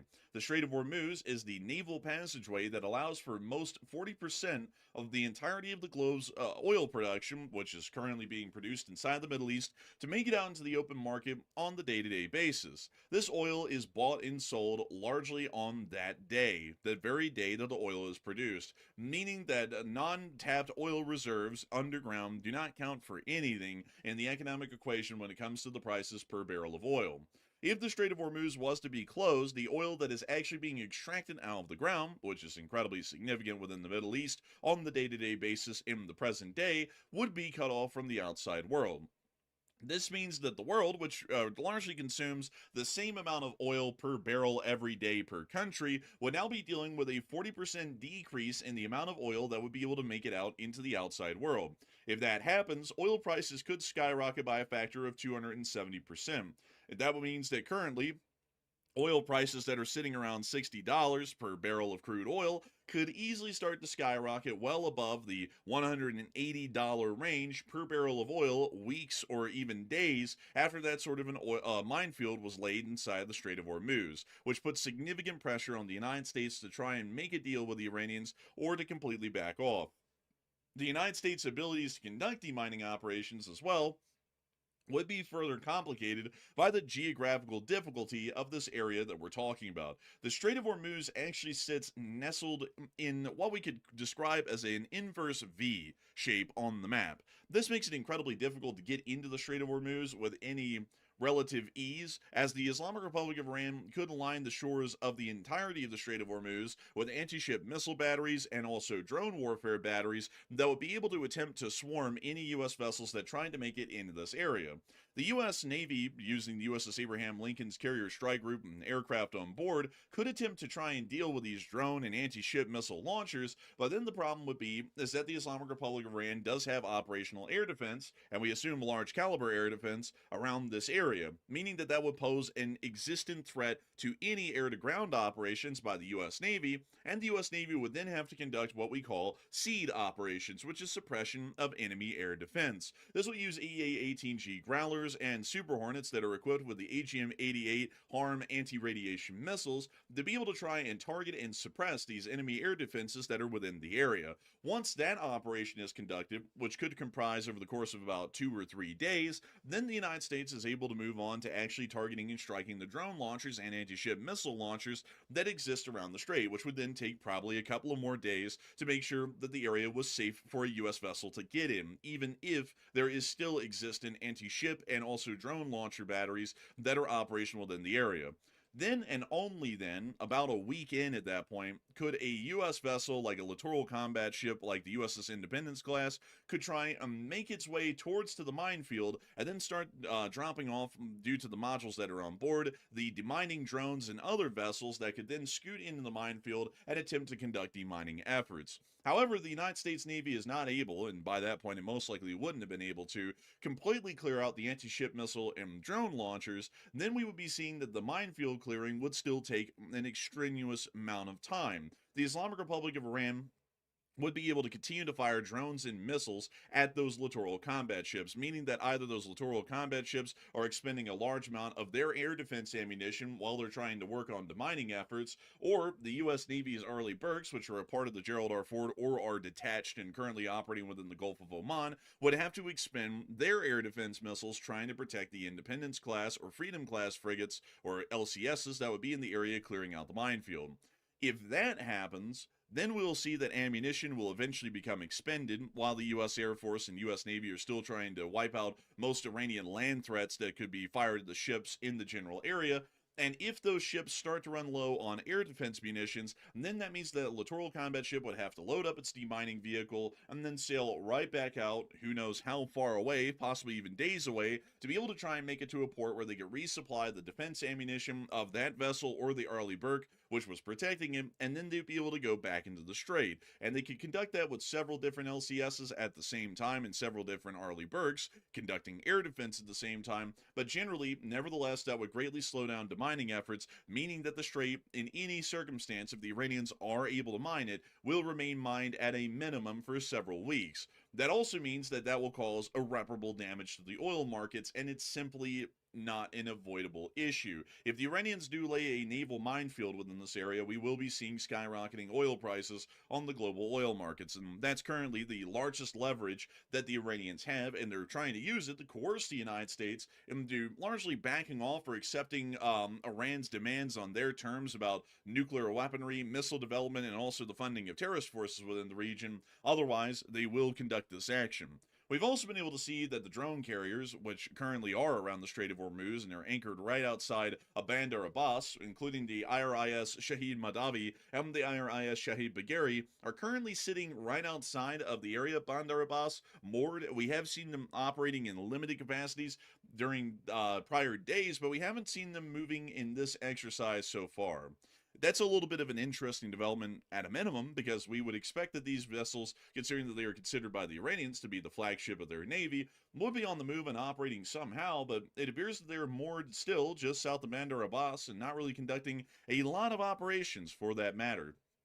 The Iranians are also moving to a far more escalatory measure, as we have been able to hear that local reports in Iran about movements of ground-based missile launchers and ballistic missiles in Kermanshah, Iran, and on the borders of Kurdistan in recent hours. This is a fairly concerning development, and eyewitness reports have been proven to be verifiable and accurate intelligence from the ground in Iran in prior conflicts like the 12-Day War. Currently, we're hearing that a large amount of transport erector launchers are on the move on the ground, apparently armed with some form of ballistic missiles, around the area of Kermanshah. During the 12-Day War, the Kermanshah general area, and also the area south of Kermanshah towards Desful, were heavily used by the Islamic Revolutionary Guard Corps to be able to conduct rocket and missile attacks, as well as drone attacks, against the state of Israel, and also U.S. forces inside of Al-Adid, where we also saw similar launches being made at the very end of the 12-Day War. This leads us to believe that the Islamic Republic of Iran is pre-positioning strategic rocket forces to prepare for some sort of a preemptive attack either on U.S. forces within the region, at Muwafaq Air Base and Prince Sultan Air Base in Saudi Arabia, or against the Israelis directly, before the Israelis can conduct a first strike. The Iranians do also appear to be moving towards trying to pressure the United States as much as they can, like we have been talking about prior with their threat about the Strait of Hormuz, as Iran's foreign minister has stated that the U.S. has moved towards recognizing Iran's right to enrich uranium. We do not know if this is an accurate statement, considering that the Iranian foreign minister could be lying about this, and we have not heard an official statement from the U.S. government yet. But generally, most analysts and most experts would consider this sort of an act by the United States to be a mistake. It would be leaning heavily into the elements in terms of the JCPOA, which generally was a fairly weak agreement, as it required for U.S. inspectors to come into the country and be shown by the Iranians where they were enriching uranium and to what grade they were enriching it at. And it turns out that over the past decade or so, even during the time of the JCPOA, the Islamic Republic of Iran was operating secret nuclear facilities that the inspectors were not allowed to go to, and they were also enriching weapons-grade uranium most of the time. So generally, from what we know, the JCPOA and recognizing Iran's right to enrich uranium is not a great idea, considering that the last time that happened, which was during the JCPOA, the Iranians simply duped the West and also U.S. inspectors and was simply producing weapons-grade enriched uranium out of view. The Russians are seeming to try and help out the Iranians as much as they can, at least at the moment, and are conducting more flights towards the Islamic Republic of Iran, this time with a specialized Tupolev Tu-14 airborne command post. We believe that this may be transporting some higher-ranking officials of the Russian government to Iran, possibly to speak to them and possibly provide them with military assistance or intelligence assistance as much as availably possible to try and help the Islamic Republic of Iran out in getting a better picture, or at least a better defensive position, before the United States or Israel starts to conduct attacks. We've also seen that within Tabriz, there was a massive explosion at the Nikgas oil company inside of the city, and it appears that a large fire has broken out. We are believing, considering the high frequency of these sorts of incidents and explosions throughout Iran, that these are continued intelligence force activities, and that this was most likely a very serious attempt by the Mossad or the CIA to start conducting even further damage to critical fuel and oil reserves of the Islamic Republic of Iran, even including that of gas, such as the one seen there. Moving us on out of the Middle East, we have also been able to hear that tensions are still riding high inside of Europe. And according to the German and British governments, we have been able to hear that top military officials from both countries are urging every individual citizen in Europe to prepare for a possible Russian attack, and are also demanding that the governments, the civilian governments of both the UK and Germany, so the Bundestag and the Parliament, start significant military rearmaments due to the imminent threat that the Russian Federation poses to the security of European interests. We have been able to see that this has been an ongoing sort of a cheer by military officials within most countries, really over the past year, but these calls are ramping up in ferocity and also frequency in recent times, as it's starting to become a lot more clear that Russia is in an incredibly desperate situation, and for that reason might start to conduct even farther aggressive actions, particularly towards Europe. Right now, the Russian Federation is strategically spent in most every measure, economically and militarily, due to the ongoing war in Ukraine, and it does not appear that the Russian Federation is really able to try and even gain any ground inside of Ukraine, much less they're actually losing it right now. However, with the Russian Federation's economy on the verge, or more so in the midst of an ongoing collapse, and also the Russian army at the absolute dire straits of supply, equipment, and training abilities, the Russian Federation is looking to try and salvage this situation the best it possibly can. And considering that most of the Russian Federation is on the way out and probably will be out here within the next year or two, the Russian Federation is starting to move into threatening Europe. The general principle that we believe is working right now in the background on that sort of a strategy is that if Russia starts a surprise war on Europe, to where Europe is generally unprepared, Russia will be able to gain a little bit of ground in those opening days, possibly even the opening weeks, because NATO forces will not be directly in contact with Russian forces at that point to be able to try and stop their advance, but that would definitely happen within days or a couple of weeks. Once the Russian Federation is able to gain even a small amount of ground, they are then able to make direct ground contact in terms of firefights with enemy infantry that would be inside of NATO. Once NATO begins to stabilize that front and starts to conduct significant air operations against the Russian Federation, even at that point right there, the Russians could start to threaten the use of nuclear weaponry, particularly that of tactical nuclear weaponry against NATO forces and formations on the ground, lest the NATO tries and makes some sort of an agreement with the Russian Federation to find a compromise on Ukraine and the general situation with NATO and get NATO to back off and immediately lift all sanctions and such. We believe that that might be a last-ditch Hail Mary effort by the Russians, because in that sort of a scenario, if NATO did not meet Russia's demands and push the war to its complete end, Russia will face its absolute doom and destruction, meaning that the current Russian government would cease to exist. However, with the current stakes that we're seeing right now for the Russians in Ukraine, if they continue the war in Ukraine without ever stopping it and without ever making any compromise with the West, the Russian government as it exists right now will also cease to exist. Currently, if they continue their ongoing actions, the Russian government will almost guaranteed cease to exist, but there isn't really any way for them to try and get any significant leverage over NATO or the United States to try and force them into a major or significant compromise. If they start a war with NATO and then threaten the use of tactical nuclear weapons, which would be highly likely in the scenario of a complete outbreak of war, that gives them a significant amount of leverage that they didn't have otherwise. And either way, if Plan A fails, which is a possible war with NATO, the Russian government still was going to be destroyed either way. And that's what we believe Breaking. the current Hollywood Russian legend Robert circle Duvall of dead thinking at is working 95. around inside of Putin's upper echelons of the Kremlin, because it seems that they are still working towards that. And it also seems that a larger amount of European governments and militaries, a lot like that of Germany and the UK's, are also thinking that as well.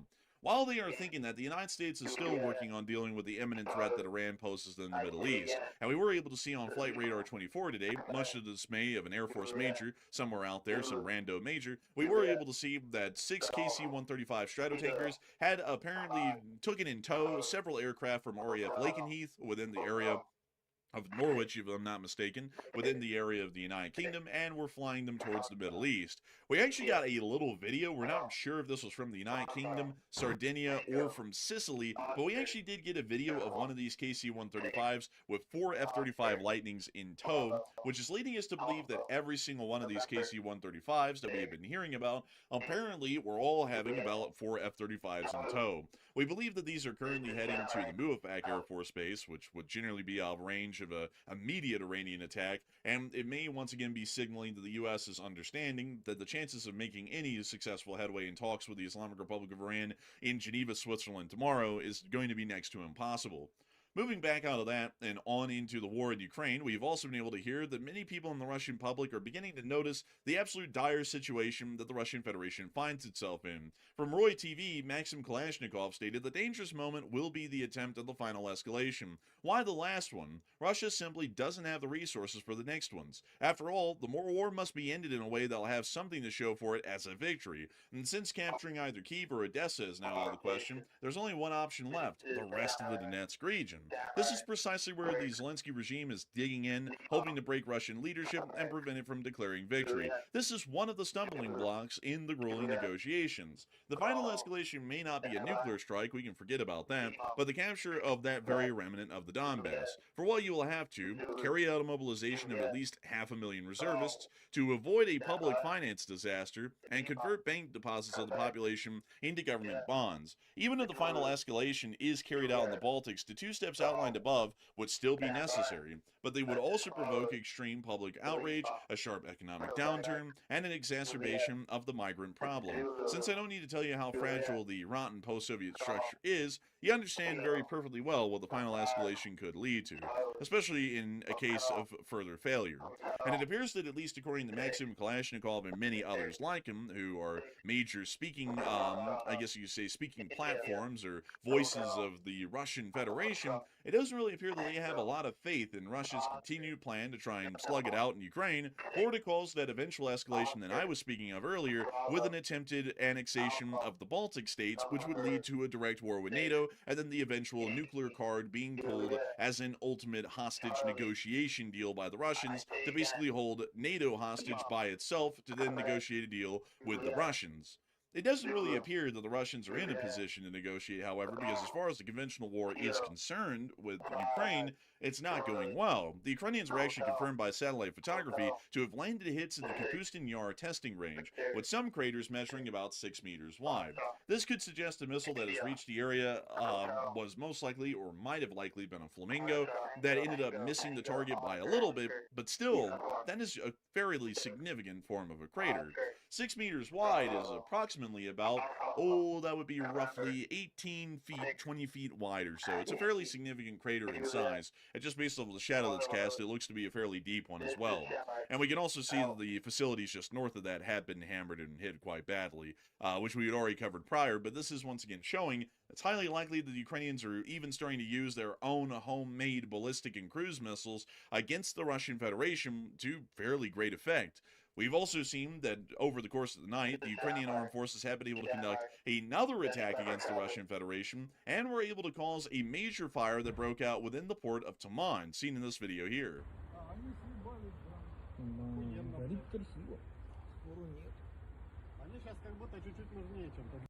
Additionally, we also saw that just a little farther away in Krasnodar, it also appeared that Krasnodar had been under attack as well, which you can hear in this clip.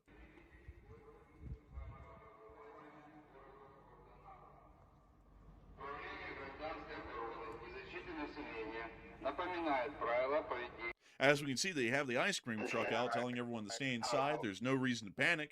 And the Chernobyl incident is only a minor one. And also pack your bags and make sure just to leave for about a day or two, which will become forever. We also got this clip as well.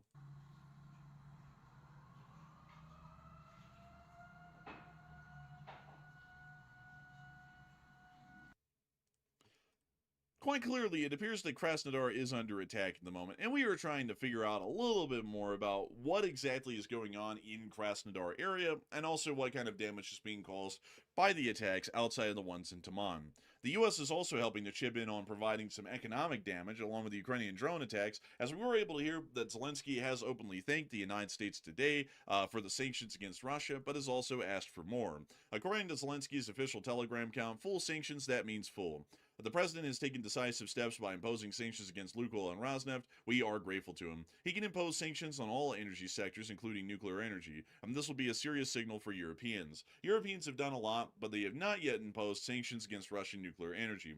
Rosatom, individuals and their relatives, their children who live on this money in Europe, in the United States, who pay for their studies in European universities with these profits, who own real estate in the United States, a large amount of real estate, they financially support their children and relatives all over the world. Go back to Russia, go home.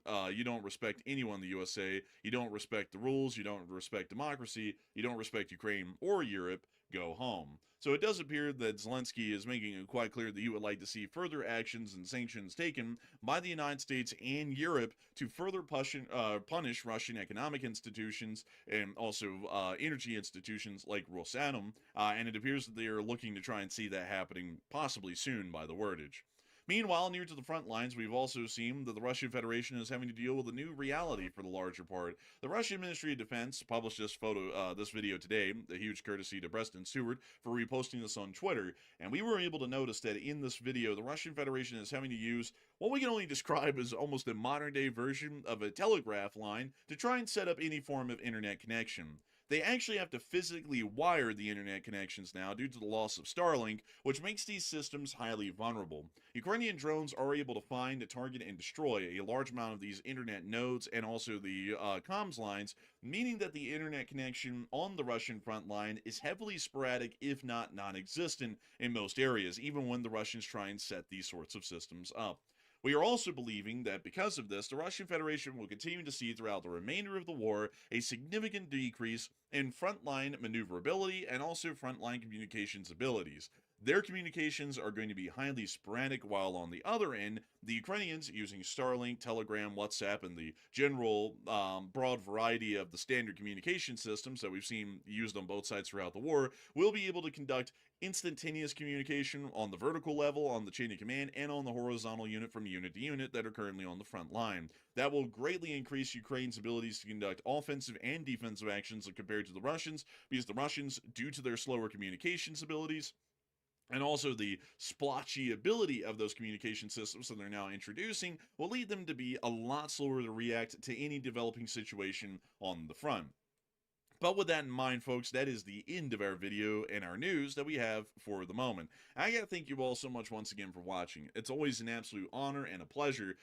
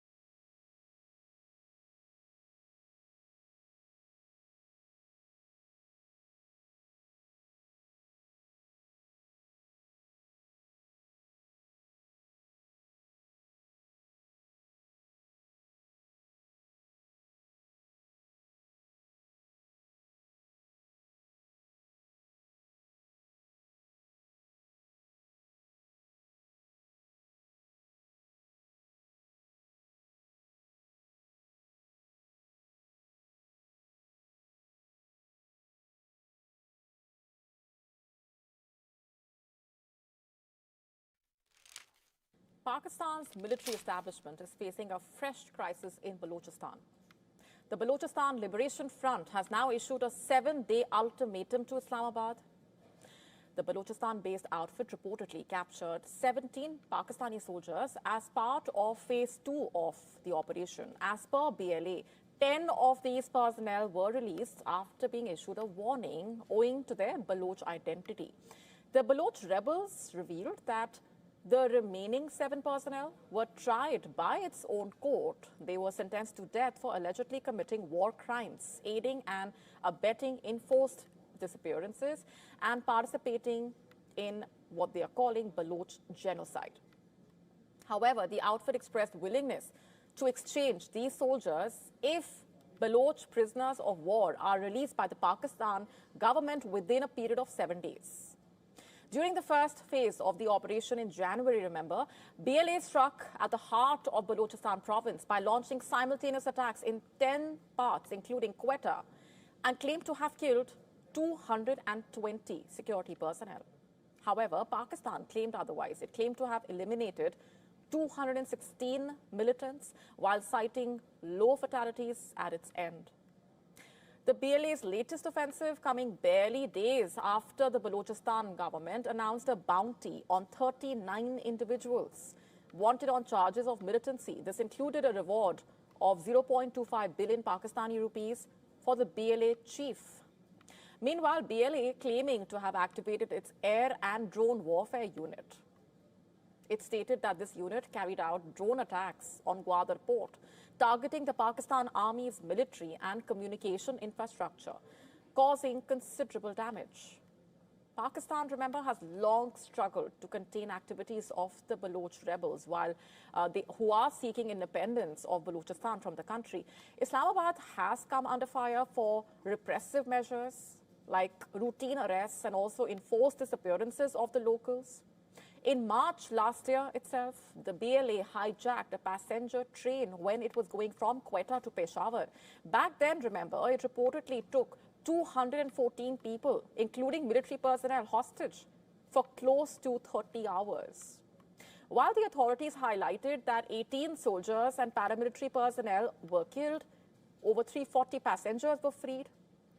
At the end of that operation, the BLA said that its fighters executed all hostages, as Pakistan did not agree to a prisoner exchange. Although the Shehbaz Sharif-led government is yet to react on the BLA's ultimatum now, it is apparent as of now that the situation in Balochistan is likely to remain tense in the near future. To stay up to speed with the latest news, download the WION app.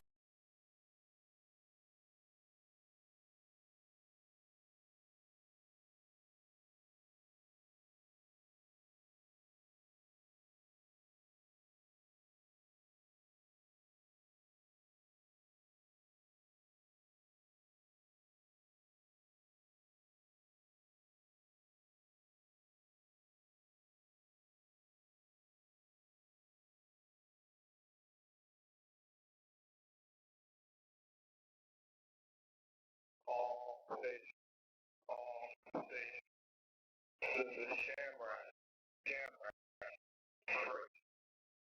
5, X-ray, Bravo, Hotel, Alpha, Gamma, 5, X-ray, Bravo, Hotel, Alpha, Gamma, 5, X-ray, Bravo, Hotel, Alpha, Gamma, follow. 5, X-ray, Bravo, Hotel, Alpha, November, 6, Split, Alpha, 7, Quebec, yes, Alpha, Hotel, Charlie, Juliet, Uniform, Bravo, 4, Blue, I say again. 5, X-ray, Bravo, Hotel, Alpha, November, 6, Split, Alpha, 7, Quebec, yes, Alpha, Hotel, Charlie, Juliet, Uniform, Bravo, 4, Blue, this is Shamrock.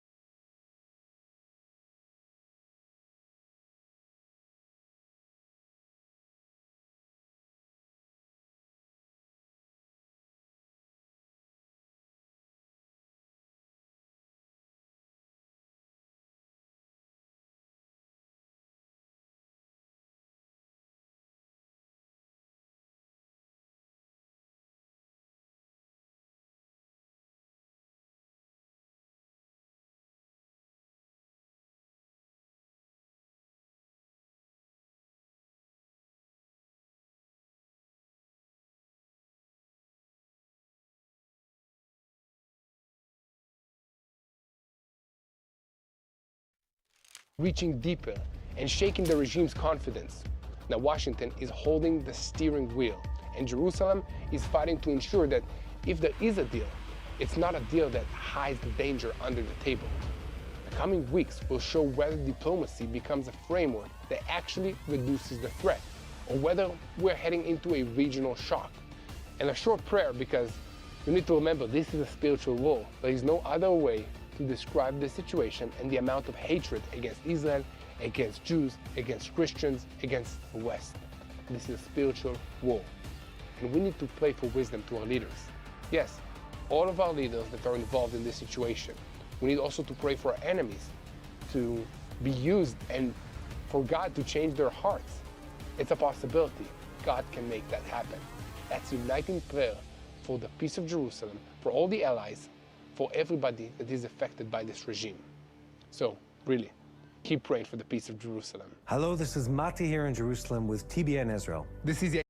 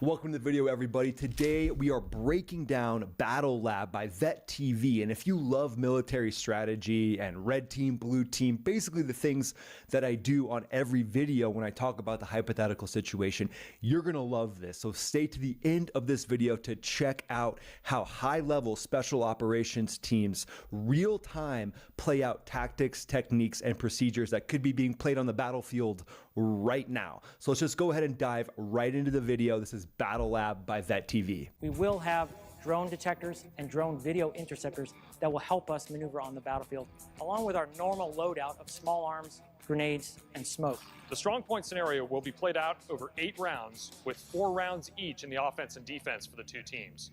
Each team will Oh, nice. They made it into a competition. Surprise, surprise. You have alpha level personalities, whether it's a fighter pilot world or the top tier special operations world. It just helps to turn it into a competition. Then you've got a little more skin in the game. also have access to mission planning and situational awareness tools before ever stepping foot into the battle space. This looks like a 3-dimensional. That's high level tech. So in the real world, the real special operations world, there's systems and setups where you basically have your screen right here, pops down, you can see what's going on, you can see information being pumped to you by drones, or even bigger level drones like MQ-9s, RQ-170s, some of this next level technology. So I think it's awesome. They're bringing us in. This is literally like they're bringing us into the Coliseum, right? Like these are gladiators that are clashing, and they're bringing you in to watch it happen. And you can see how this next level tech gives you this stadium view. You can see all this play out. And so it gives the viewer situational awareness to better understand the combat problem that they're trying to achieve. That's super cool. Tool built by Reveal Technology called Farsight, which allows them to very quickly assess and understand in high resolution and in 3D the mission operating terrain so that they can make good plans and execute decisions with surety. Let's get into round 1. So Alpha Team lost the coin toss, right? So we're on defense. The first target building is Building 6. It's a 2-story structure. Take up defensive positions in the target building and around the surrounding area. Provide nice coverage of fire to force our the opposing team. When they do have to make breach inside that building, we're going to force them into fatal funnel and hopefully take advantage of that. Today, nice. I like that he's using terminology like fatal funnel. I mean, these are terms that top level tier teams are going to use. So they're using that in this situation, and they're using these tactics of trying to funnel in the enemy to where they want them so they can take them down. So again, real world techniques that could be being used, in hot points around the world. Think, Iran, think Cuba, what was potentially used in Venezuela. That kind of stuff is being battled out in Battle Lab, and they're using the terms that a lot of the planners are going to use for these actual operations. We're going to focus on standoff. So we have the advantage with drones, but we're limited with people. So it's all going to be about leading with the drones, let them set conditions, and then following that with our humans, our ground force, to see. I love how calm, cool, and collected this guy is. He's like, yeah, drones, we're going up against a superior force. They might, do this or that. They might have tripwires. We don't know. And he's just calm, cool, and collected like a cucumber. I mean, that gives you a little bit of a view of the nervous system of these top level operators. I mean, they're like athletes.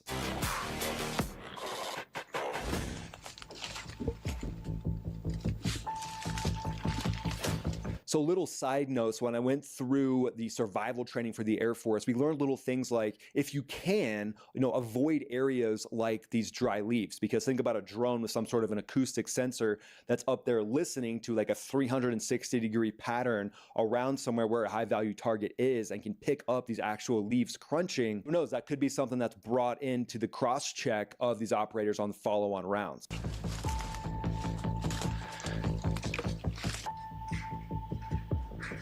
All right, so for X-ray team, we invested 10 minutes up front in order to gain situational awareness through our drones and see if we could strike any of Alpha team that stayed outside of buildings and exposed themselves.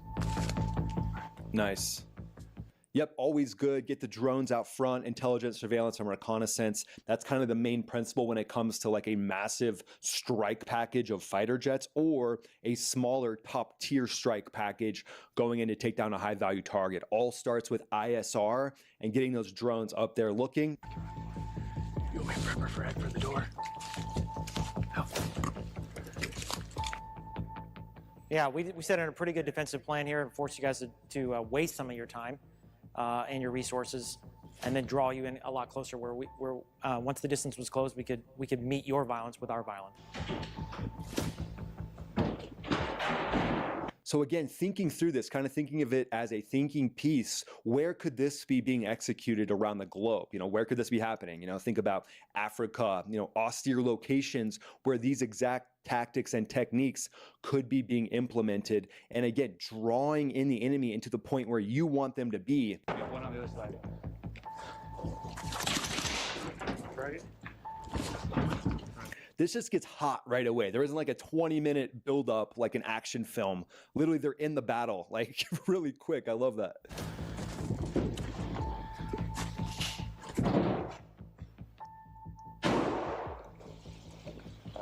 Let's go the other way. And then for smoke. Okay. All right, the drone's airborne. Block the sound switch. Something that's interesting to me with these quadcopter drones is how loud they are. I mean, they sound like a swarm of wasps. So will eventually drones become silent where they, can't be detected with audio? That might be something that's brought into follow-on episodes.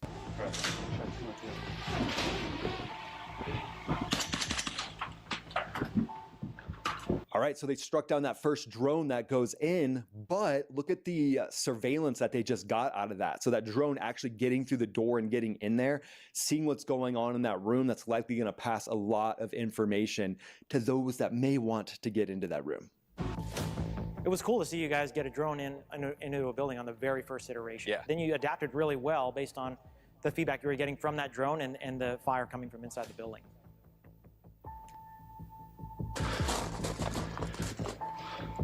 No, you heard him in there, didn't you? I heard him in there. He might have gone out. All right.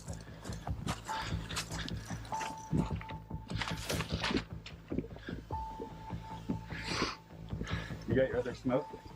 Yep. Okay. I love how you can hear the communications between these team members. I mean, it's like high-level communication in fighter jet formations where you're talking about, hey, what target's up next, watch your six, things like that. So we're getting brought into the actual communication of these high-level teams, which is cool. All right.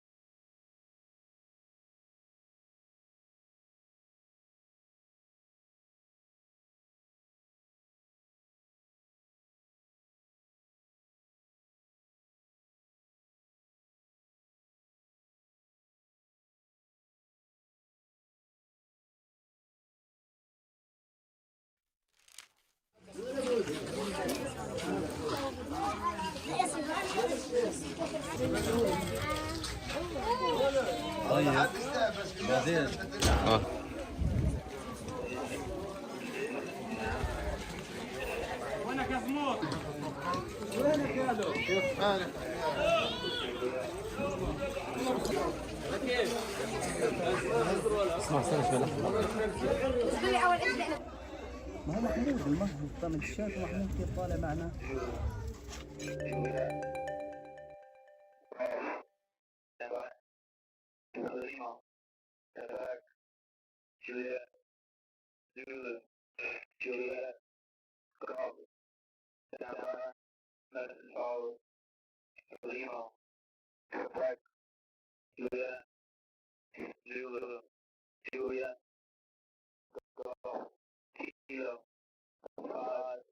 Charlie, Hotel, Hotel, 6, Victor, 6, Foxtrot, India, Hotel, Foxtrot, Tango, Oscar, Uniform, 6, Oscar, Bravo, Alpha, November, 6, Yankee, Juliet, Charlie, I say again, Lima, Quebec, Juliet, Zulu, Juliet, Golf, Kilo, 5, Charlie, Hotel, Hotel, 6, Victor, 6, Foxtrot, India, Hotel, Foxtrot, Tango, Oscar, Uniform, 6, Oscar, Bravo, Alpha, November, 6, Yankee, Juliet, Charlie. This is Shamrock, out.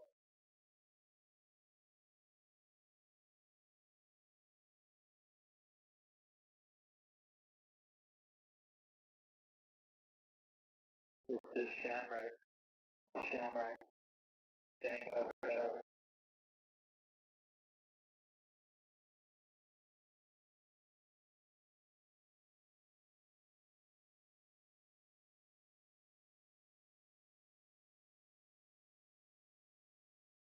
Again, this is Shamrock, Tango,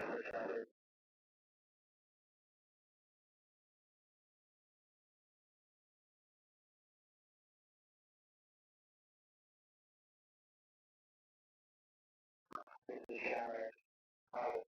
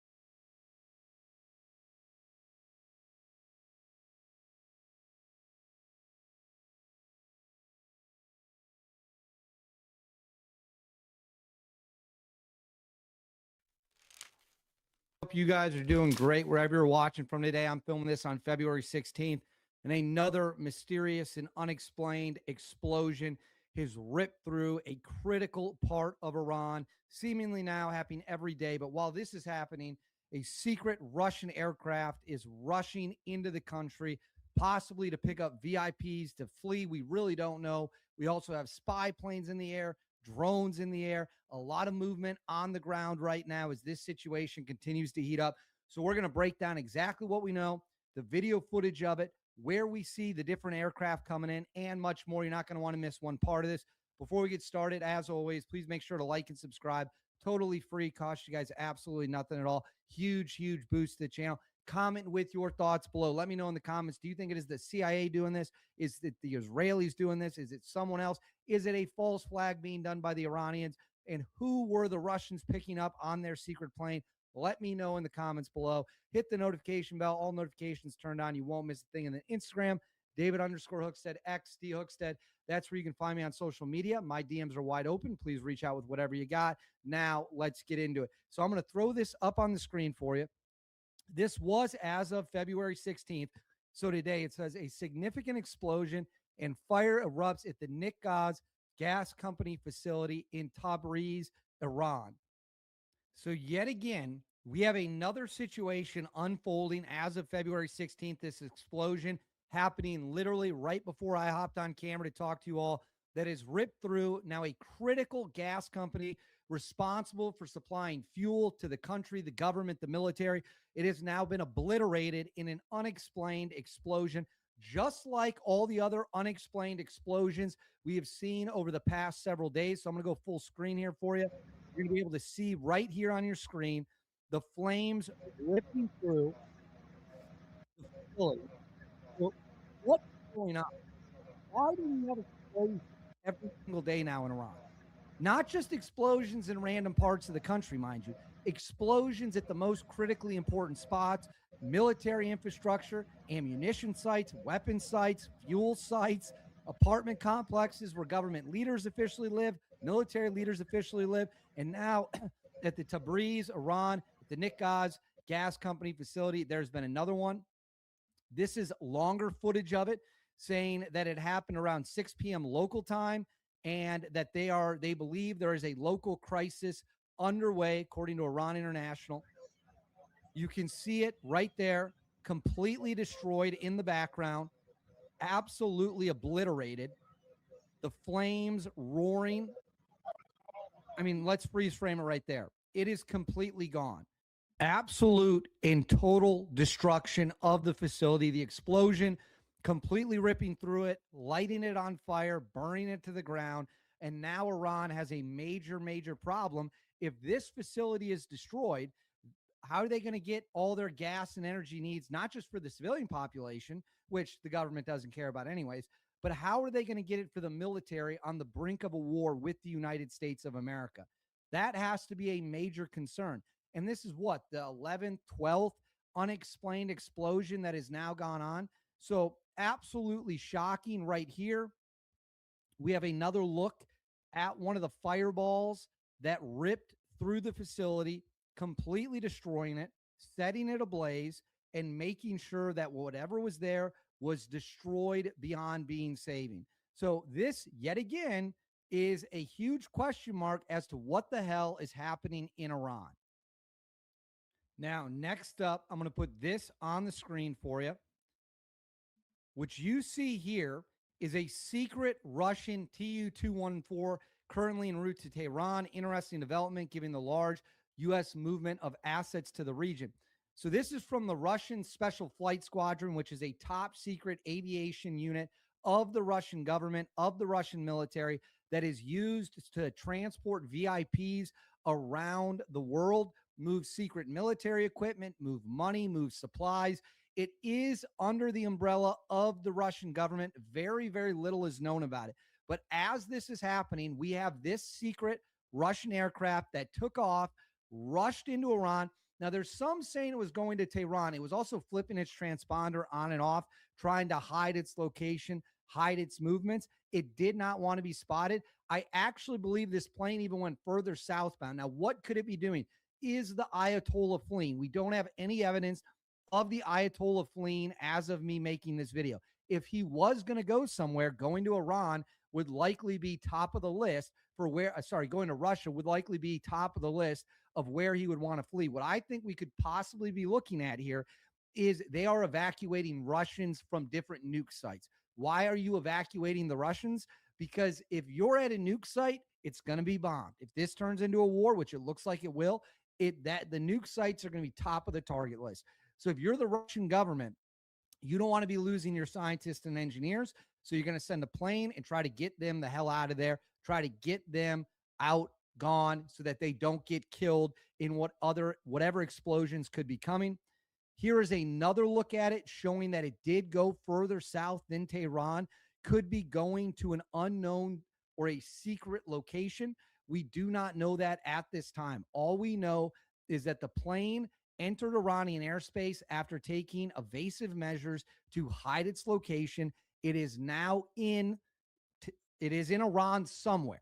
We do not know the exact location it is in, but we know it is in Iran somewhere. And this is the latest of mysterious Russian flights. Now, we have the Russian flights that were bringing in the attack helicopters, but those were cargo planes. This is not a cargo plane. Let me triple check that to make sure. Yes, this is not a cargo plane. This is a passenger jet. So keep that in mind. This is meant to move people, not move supplies. So who is going? Is the Ayatollah's family fleeing? Could they be bringing in mercenaries, military advisors? We don't have answers to those questions at this time, but clearly something very strange is going on. This comes from Visegrad 24. Iran is reportedly rebuilding its missile arsenal in secret. According to the German magazine Der Spiegel, satellite images show after suffering heavy losses in the 12-day war with Israel, Iran has begun restoring missile production facilities, testing sites, and launch systems. Particularly intensive work is reportedly underway at Sharaud missile range and the heavy damage facilities at Ahmad. So right here, you can see the rebuilding process is underway. This allegedly is showing an area where they have secretly started rebuilding their missile capabilities. And that, again, is something to keep an eye on. If they're building their missiles underground, it means they do believe they're going to be hit. It means they do believe that something is coming and they have to be prepared for it. So keep that in mind. Make a note of that. The Iranians continue to rebuild missile capabilities. Now, I'm going to put this up on the screen for you. Today, on February 16th, a P-8 Poseidon spy plane flew around the Persian Gulf, taking off from Saudi Arabia near Riyadh, and went westbound towards the Persian Gulf on the other side of Iran. What does the P-8 do? It can hunt naval vessels. It is a signals intelligence plane. They could be picking up radio intercepts. It is a highly, highly advanced aircraft. It is meant to do incredibly important electronic work, signals work, spy work. And as of today, on February 16th, one was in the air by Saudi Arabia. So we got the updates just rolling in. At the same time, the P-8 Poseidon was in the air. We also had this drone that took, this is an American drone, a United States drone of an unknown kind that took off from Qatar into the Persian Gulf, again, flying spy missions, figuring out Iranian naval movements, figuring out where their missile sites are, figuring out where their ships are, and it as well can pick up signals intelligence. So we have spy planes and spy drones up in the air as of me filming this video on February 16th. So as of this, we've got more mysterious explosions that no one can explain, and they're all hitting critical infrastructure. If you truly believe these are all gas leaks, I don't know what to tell you, because there's no way in hell that is true. No way in hell, in my opinion, that is true. This looks like covert operations to destabilize and soften up the targets before the real war starts. At the same time, the Russians have raced in this secret plane carrying unknown people or evacuating unknown people. We don't know. The honest truth is we simply do not know. But that is where we are at as spy aircraft take to the air, drones take to the air. The Iranians are trying to build as many missiles as fast as they can for whatever might be coming next. I will continue to monitor the situation and bring you guys updates as I have them. But I want to know what you guys think. Let me know in the comments below. What do you think comes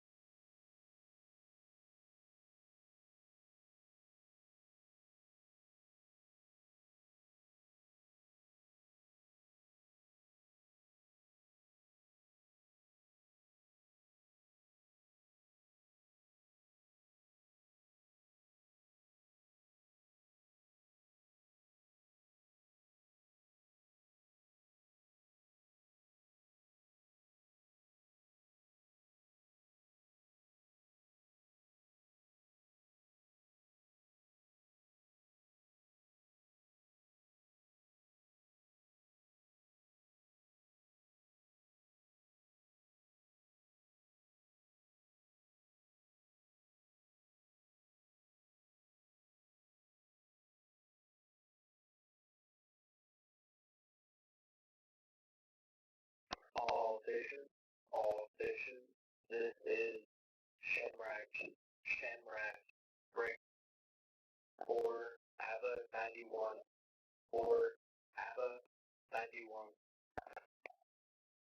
India, 4, Charlie, 5, Quebec, 4, Canada. India, 4, Charlie, 5, Quebec, 4, Canada. India, 4, Charlie, 5, Quebec, 4, standby. India, 4, Charlie, 5, Quebec, 4, off, with Sierra, uniform, 4, Tango, November, Sierra, Charlie, Romeo, X-ray, Alpha, Zulu, 5, Lima, Sierra, 7, Oscar, Charlie, Delta, 3, 3, 3, Inc. IJN, 4, ABBA, 91, 4, ABBA, 91. India, 4, Charlie, 5, Quebec, 4, off, Sierra, uniform, 4, Tango, November, Sierra, Charlie, Romeo, X-ray, Alpha, Zulu, 5, Lima, Sierra, 7, Oscar, Charlie, Delta, 3, 3, 3, Inc. This is Shamrock, out.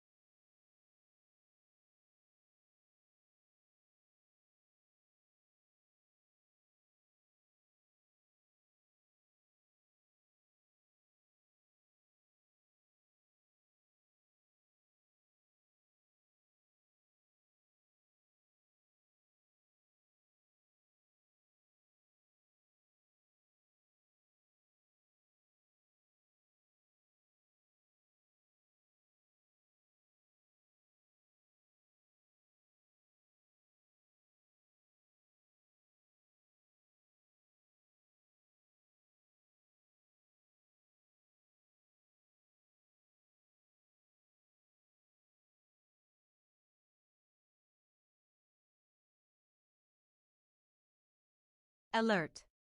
Breaking, Hollywood legend Robert Duvall dead at 95.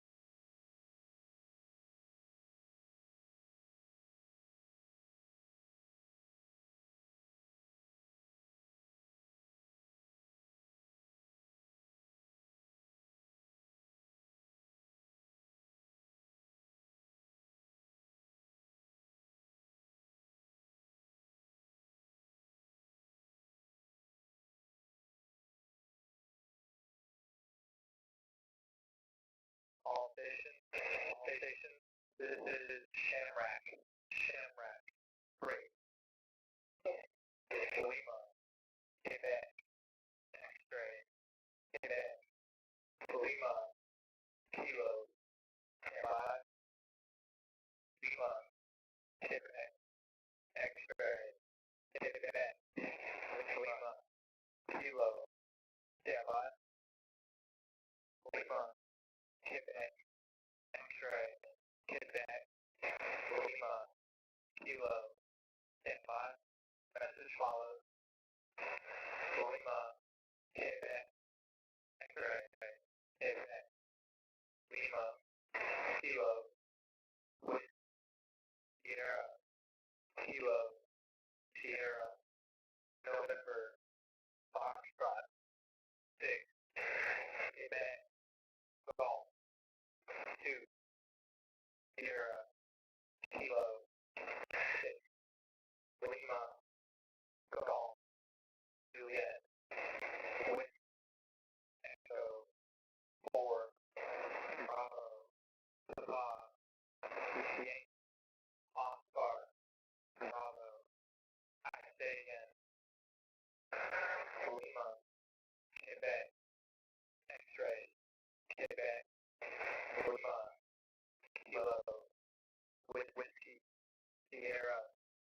Kilo, Sierra, November, Foxtrot, 6,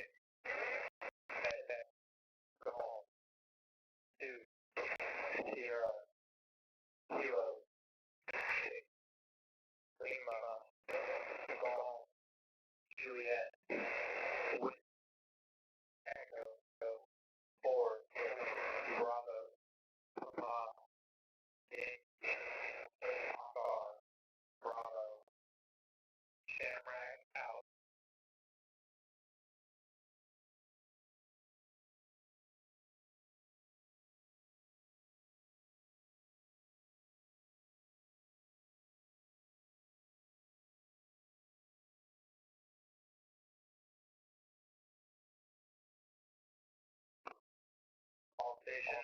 All stations, this is Shamrock, break.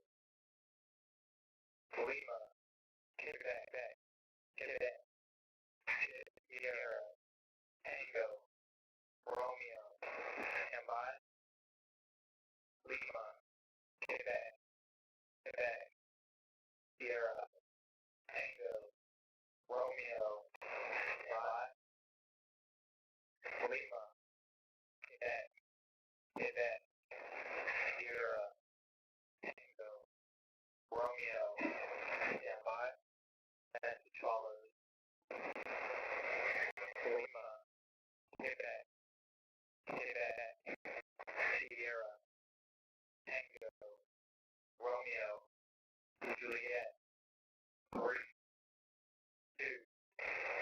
Oscar, X-ray, November, Victor, Juliet, Quebec, 4, Quebec, Golf, Oscar, Yes, Tango, Mike, Victor, Oscar,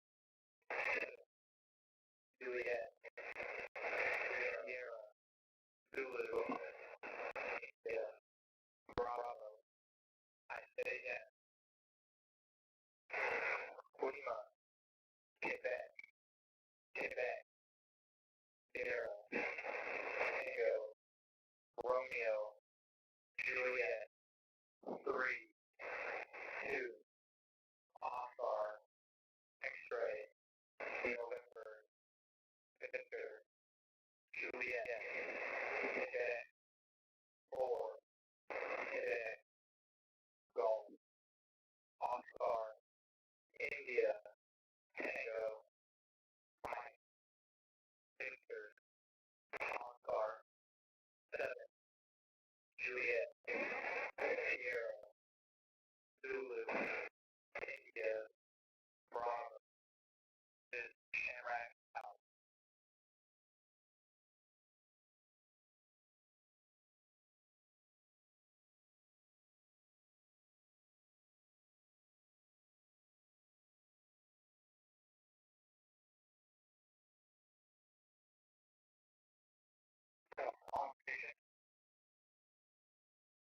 This is Shamrock, break. Lima, Quebec, November, Beijing, Oscar, 7, standby. Lima, Quebec, November, Beijing, Oscar, 7, standby. Lima, Quebec, November, Beijing, Oscar, standby. Message follows. Lima, Quebec, November, Beijing, Oscar, 7, Papa, Foxtrot, Romeo, Golf, Charlie, Romeo, Hotel, Quebec, Bravo, 3, Oscar, Below, Whit, Del, Charlie, 2, Whit, Bob, Gray, 4, 2, Golf,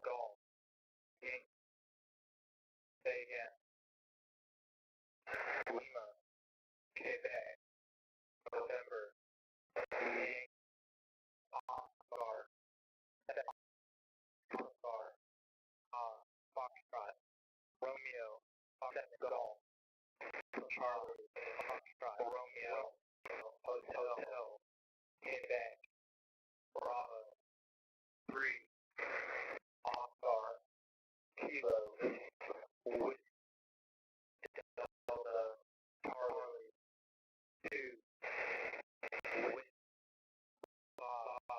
X-ray, uniform, 4, 2, golf.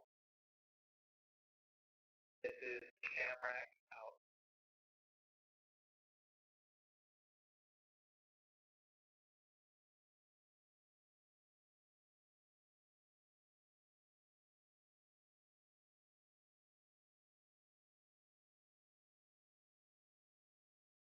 This is Shamrock, standing by for traffic.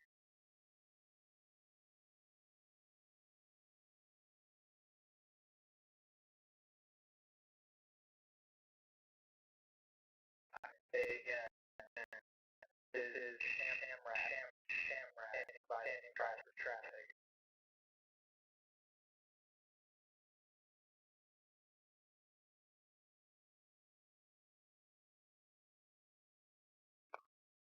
This is Shamrock out.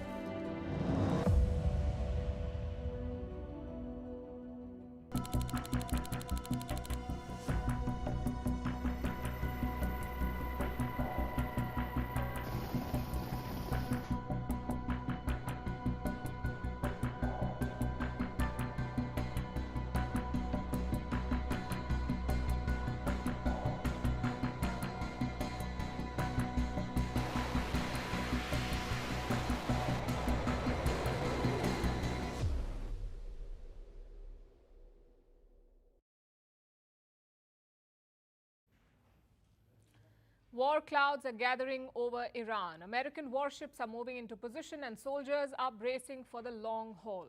Meanwhile, diplomats are making a last-ditch attempt. If they fail, will US President Donald Trump pull the trigger? And if he does, will there be a regional war? Let's look at diplomacy first. Iran and the US are set to hold nuclear talks tomorrow. The first round was held in Oman earlier this month. The second round will be held in Geneva. This one will also be mediated by Omani officials, the second round of talks. Iran's foreign minister has already reached Geneva. Today he met the chief of the UN Atomic Agency. Tomorrow he will meet the American negotiating team. That's Quebec, Juliet, 7, uniform, 6, standby, Lima, Quebec, Juliet, 7, uniform, 6, standby, Lima, Quebec, 7, uniform, Juliet, 6, 7, standby, 6, that follows. Quebec, Juliet, 7, uniform, 6, Tango, Quebec,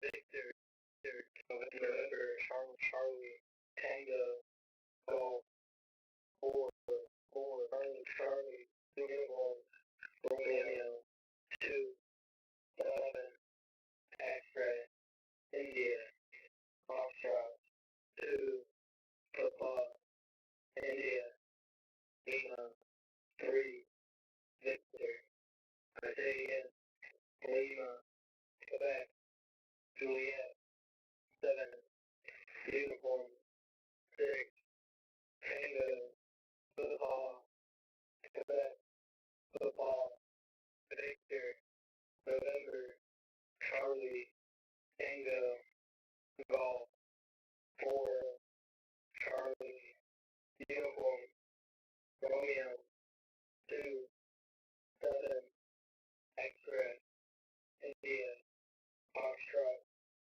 2, football, India, Lima, 3, Victor. This is Shamrock, out.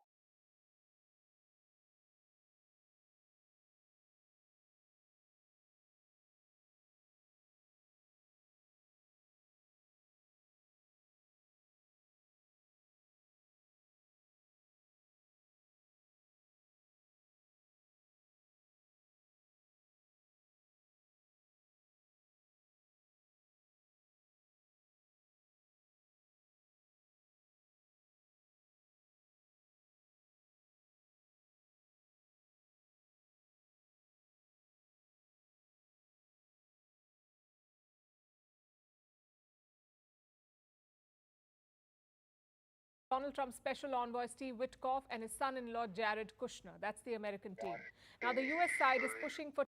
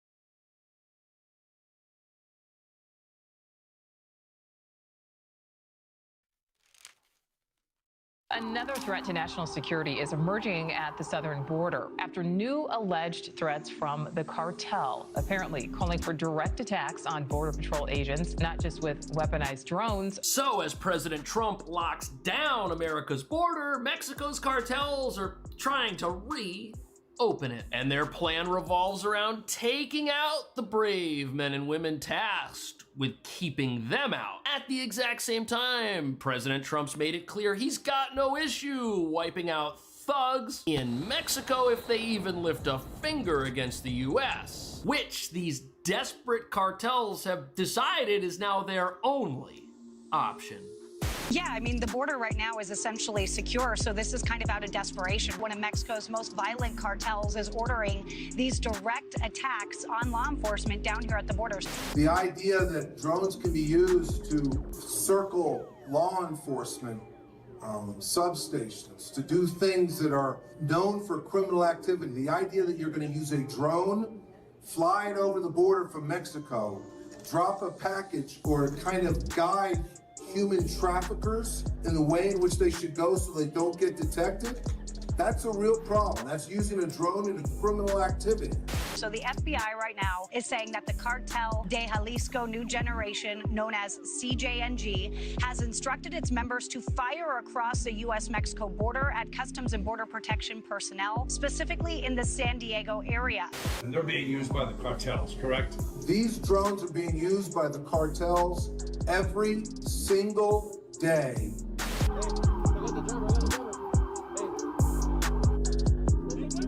So Mexican cartel drones were behind the recent closure of the El Paso airport. That's frightening. But what nobody's talking about is this kind of thing right here. You can't be a criminal organization in Mexico and fly drones wherever you want into another country by accident. This just doesn't happen that way. And local politicians and activists have been sounding the alarm for years about cartel involvement with the highest levels of the Mexican regime, revealing that these guys aren't just a bunch of thugs hiding in a cave somewhere. They remain a heavily armed paramilitary organization operating on land the Mexican government apparently can't or won't control. But now things are different. The entire US security apparatus down at the southern border, it's on high alert.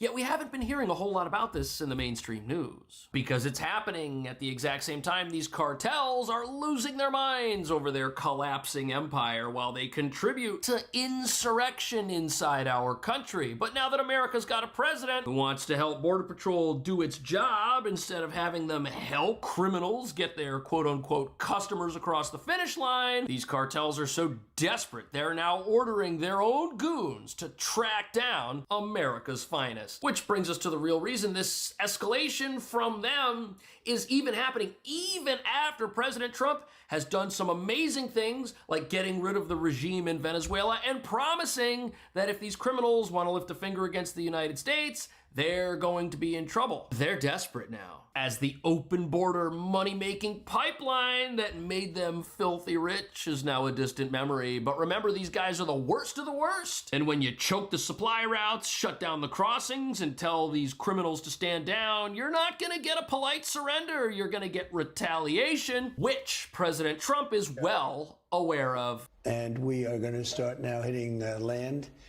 with regard to the cartels.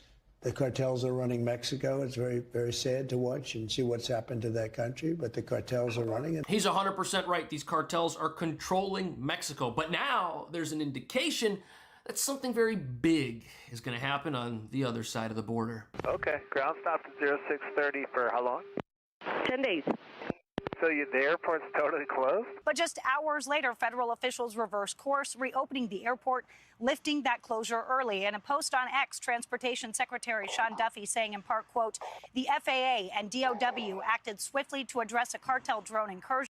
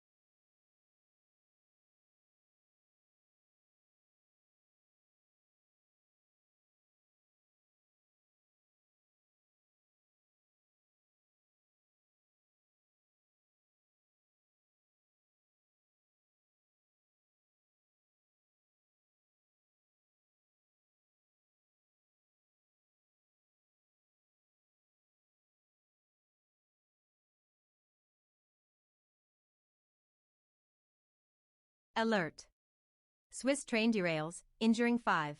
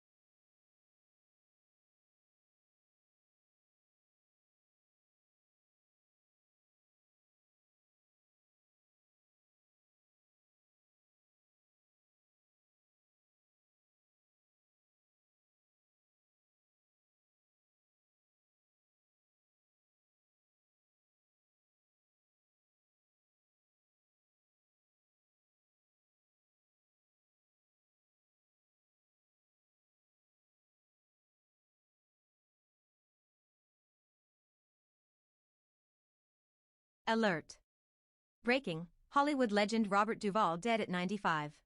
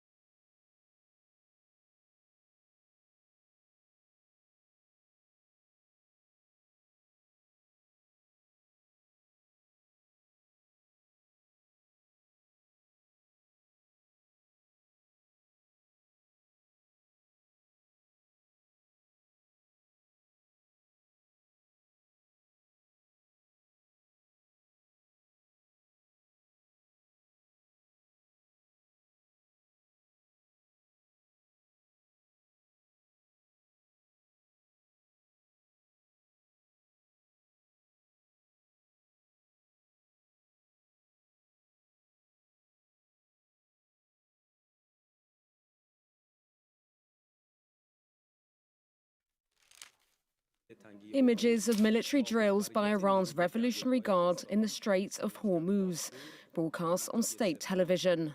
The exercises, overseen by General Mohammad Pakpour, aim to prepare the guards for potential security and military threats in the strait, after the US deployed a large naval force to the area. They come a day before a second round of nuclear talks in Switzerland between Iran and the US. Iran's foreign minister, who has already had a meeting with the head of the International Atomic Energy Agency in Geneva, indicated on X that he was ready to achieve a fair and equitable deal, but added that Iran would not submit to threats. During a visit to Budapest, US Secretary of State Marco Rubio said that making a deal with Tehran will be difficult. I think if there's an opportunity here to diplomatically reach an agreement that addresses the things we're concerned about, we will be very open and welcoming to that. But I don't want to overstate it either. It's going to be hard. I mean, we're dealing, it's been very difficult for anyone to do real deals with Iran because we're dealing with radical Shia clerics who are making theological decisions, not geopolitical ones. The two countries resumed talks on the 6th of February in Oman, the first since a 12-day war in June last year, during which American B-2 bombers hit Iranian nuclear sites. The negotiations hit a dead end every time when Washington's demand for zero nuclear enrichment is brought up. US President Donald Trump is pushing Iran to agree to a deal and has announced that a second aircraft carrier, the Gerald Ford, would depart very soon for the Middle East.